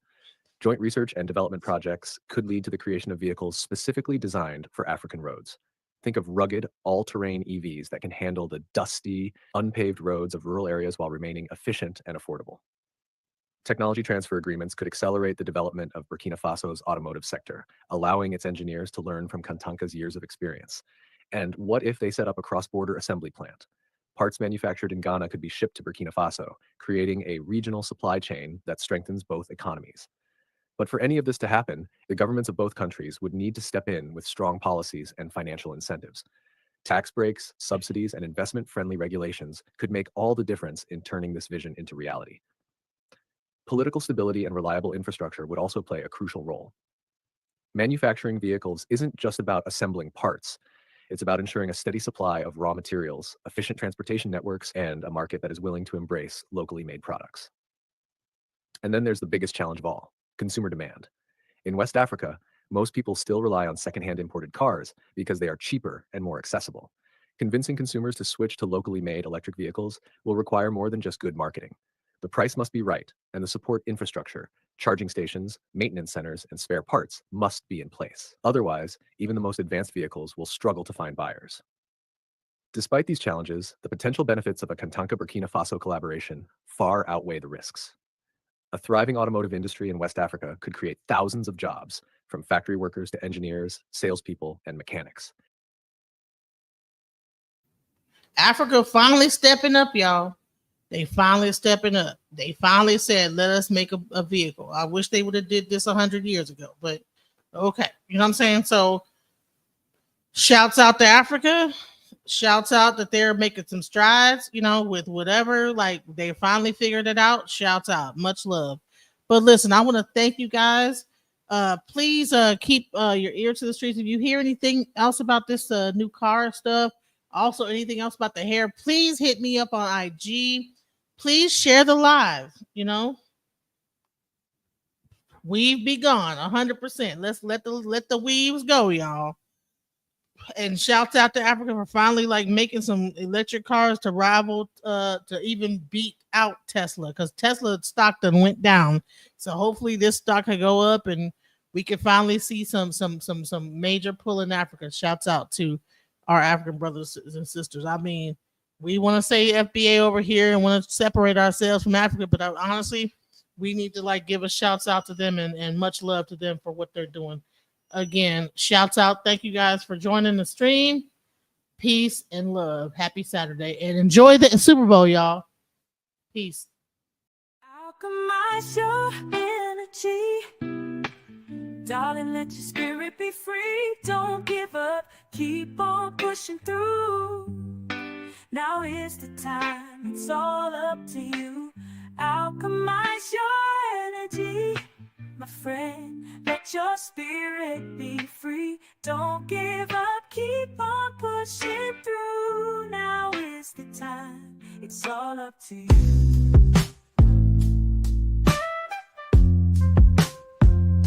No matter the storm, but over tragedy. No matter the storm, but over tragedy. No matter the storm, we will always take flight. Keep on pushing through the darkness of night. There's no limit, let's reach for the sky. Shine so bright, from darkness to light.